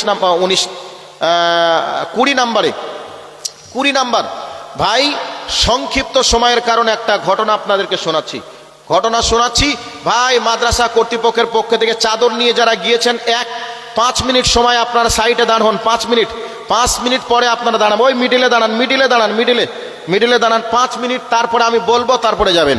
ভাই 20 নাম্বারে আর 10-11 জনকে লাগবে 1000 টাকা করে, বেনামিতে একজন 500 টাকা দিয়েছে, আল্লাহ তুমি কবুল করো। সংক্ষিপ্ত সময়ের কারণে আমি আপনাদেরকে বলবো কি, একটা যুদ্ধ আল্লাহর নবীর জামানায় সংগঠিত হলো। জঙ্গে তাবুকের দিন নির্ধারণ হয়ে গেল। আল্লাহর নবী মাজাপাড়া জাকির হোসেন তার ছেলে জয়েন্ট মেডিকেলে আচ্ছা। জয়েন্টে বসে রাখেন এটা, তাহলে 20 নাম্বার হয়ে গেল, এবার 21 নাম্বার আসবে। এবার আমি ঘটনাটা শোনাচ্ছি, একটু ভালো করে শুনে নেন। তো জঙ্গে তাবুকের দিন ফাইনাল হয়ে গেল, খাবার লাগবে, ঘোড়া লাগবে, উট লাগবে, অস্ত্র লাগবে, সীমিত সময়। এই জন্য রসুল করিম সাল্লাল্লাহু আলাইহি ওয়াসাল্লাম 2-3 পদ্ধতিতে কালেকশন করতেন। কোন সময় লোক পাঠিয়ে দিয়ে, আবার কোন সময় লোককে আসতে বলে 2-3 রকম ভাবে কালেকশন করতেন। এবার সময় স্বল্পতার কারণে আপনাদের কাছে বলছি কি, আল্লাহর নবী হযরতে বেলালকে বলেছিলেন, এবার সাহাবীদের ব্লাড আপনাদের শরীরের ভিতরে আছে কিনা একটু ল্যাবরেটরিতে দিয়ে টেস্ট করা যাবে। হযরতে বেলালকে রসুল বললেন, বিলাল, জঙ্গে তাবুকের দিন ফাইনাল হয়ে গেছে, সাহাবীদের খাবারের ব্যবস্থা করা লাগবে, ঘোড়া লাগবে, উট লাগবে, অস্ত্র লাগবে। অতএব বেলাল, তুমি মসজিদে নববীতে যাবে। মসজিদে নববীতে গিয়ে বলবে, ও মদিনার আনসার মুহাজিরের দলেরা, আমি মসজিদে নববীর মুয়াজ্জিন বেলাল বলছি। রসুল বলেছেন বাইতুল মালে তেমন কিছু নেই, অতএব রসুল বলেছেন তোমাদের কাছে যার কাছে যা আছে তোমরা হাজির করে দিবে, জমা করে দিবে। হযরতে বিলাল বলছেন, আমি এলান করলাম, এলান করার সঙ্গে সঙ্গে নারীর কাতারে নারী, পুরুষের কাতারে পুরুষ। একটা মৌচাকের কাছে মৌমাছিরা যেমন বন বন বন বন করে ঘিরে নেয়, একটা বিপদ হয়ে গেলে মানুষ যেমন বিপদের সময় লাইন ধরে দেখতে যায়, ঈদের দিনে মানুষ যেমন দলের পর দল নামাজ পড়তে যায়, হযরতে বিলাল বলছেন, আমি এলান করলাম, ও মদিনার আনসার মুহাজিরের দলেরা, তোমাদের কাছে যার কাছে যা আছে তোমরা আমার চাদরের উপরে জমা করে দাও। হযরতে বিলাল বলছেন, আমার ইলানের সঙ্গে সঙ্গে পুরুষের কাতারে পুরুষ, বাচ্চাদের কাতারে বাচ্চা, নারীদের কাতারে নারী, তাদের কাছে যার কাছে যা ছিল জমা করে দিল, সকলেই হাজির করে দিল। ওই জন্যে আজকে করঞ্জির মাটিতে দাঁড়িয়ে বসে আমি আপনাদের কাছে বলতে চাই, 1400 বছর নয়, প্রায় 1500 বছরের কাছাকাছি হয়ে আসলো। নবীজির সাহাবী বিলাল এলান করেছিল, এলান শুনে কেউ বাকি ছিল না। অতএব যা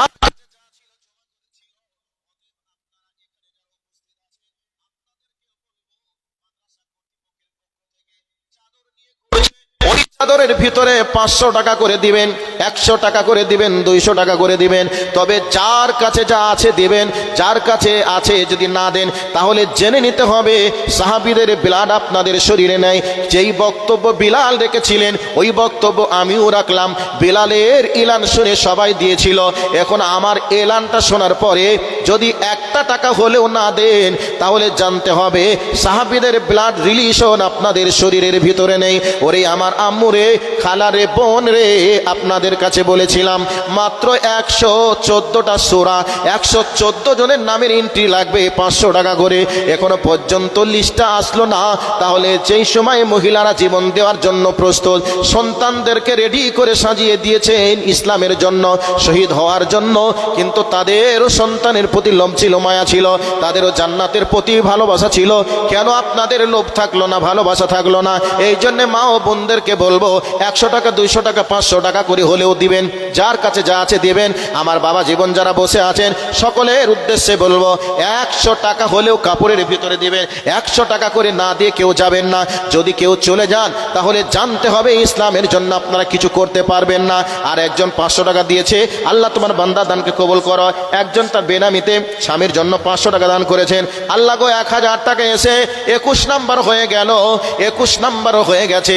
আর মাত্র 9 জন দিলে 30টা পারা কোরআন, 30 পারা পূর্ণ হয়ে যাবে। 9 জনের জন্য কি কোরআনটা অসম্পূর্ণ থেকে যাবে? অতএব আমরা জানি কোরআন 30 পারা, কিন্তু 21 পারা হয়ে থেকে গেলে মনে দুঃখ এসে যাবে।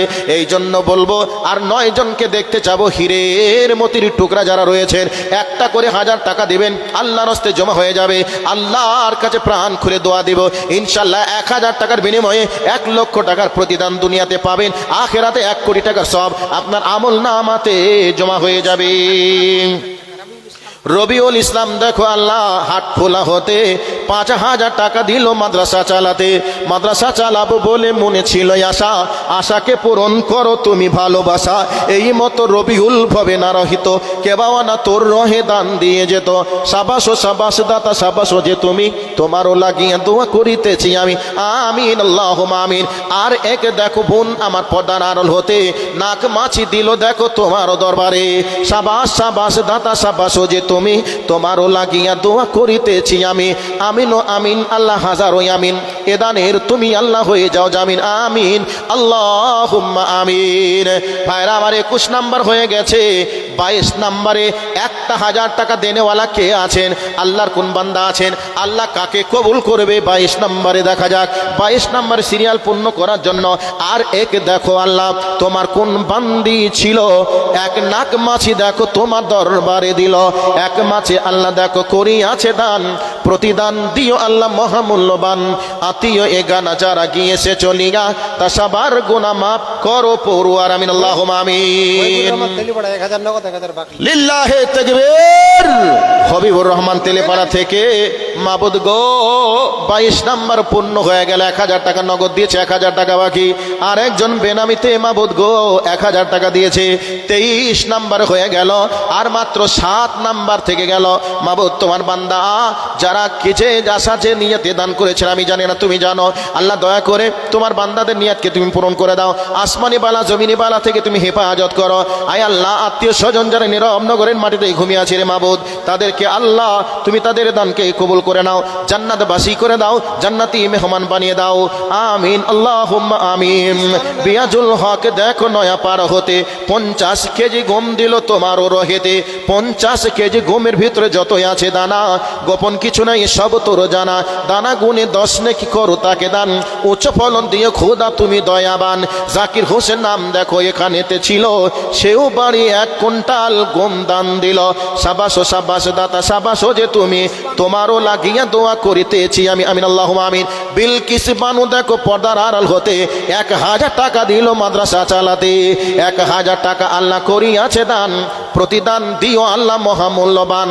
এই মতো বিলকিস যদি ভবে না রহিত, কেবাওয়ানা তোর রহে দান দিয়ে যেত, আমিন আল্লাহুম্মা আমিন। 26 নাম্বার হয়ে গেল, মানে কয় নাম্বার হলো? 24 নাম্বার হলো। আর মাত্র 6 জনকে লাগবে, 6 জন হলে ইনশাল্লাহ হয়ে যাবে। আল্লাহর বান্দারা নিশ্চয় রেডি আছে, 6 জন আর মাত্র লাগলে 30টা পারা করা যাবে। মাবুদ গো তোমার কোন বান্দা আছে জানি না, কোন ঝোপঝাড়ে বসে আছে, নিশ্চয় তুমি যাকে কবুল করবে সে আসবে তোমার কোরআনের জন্য।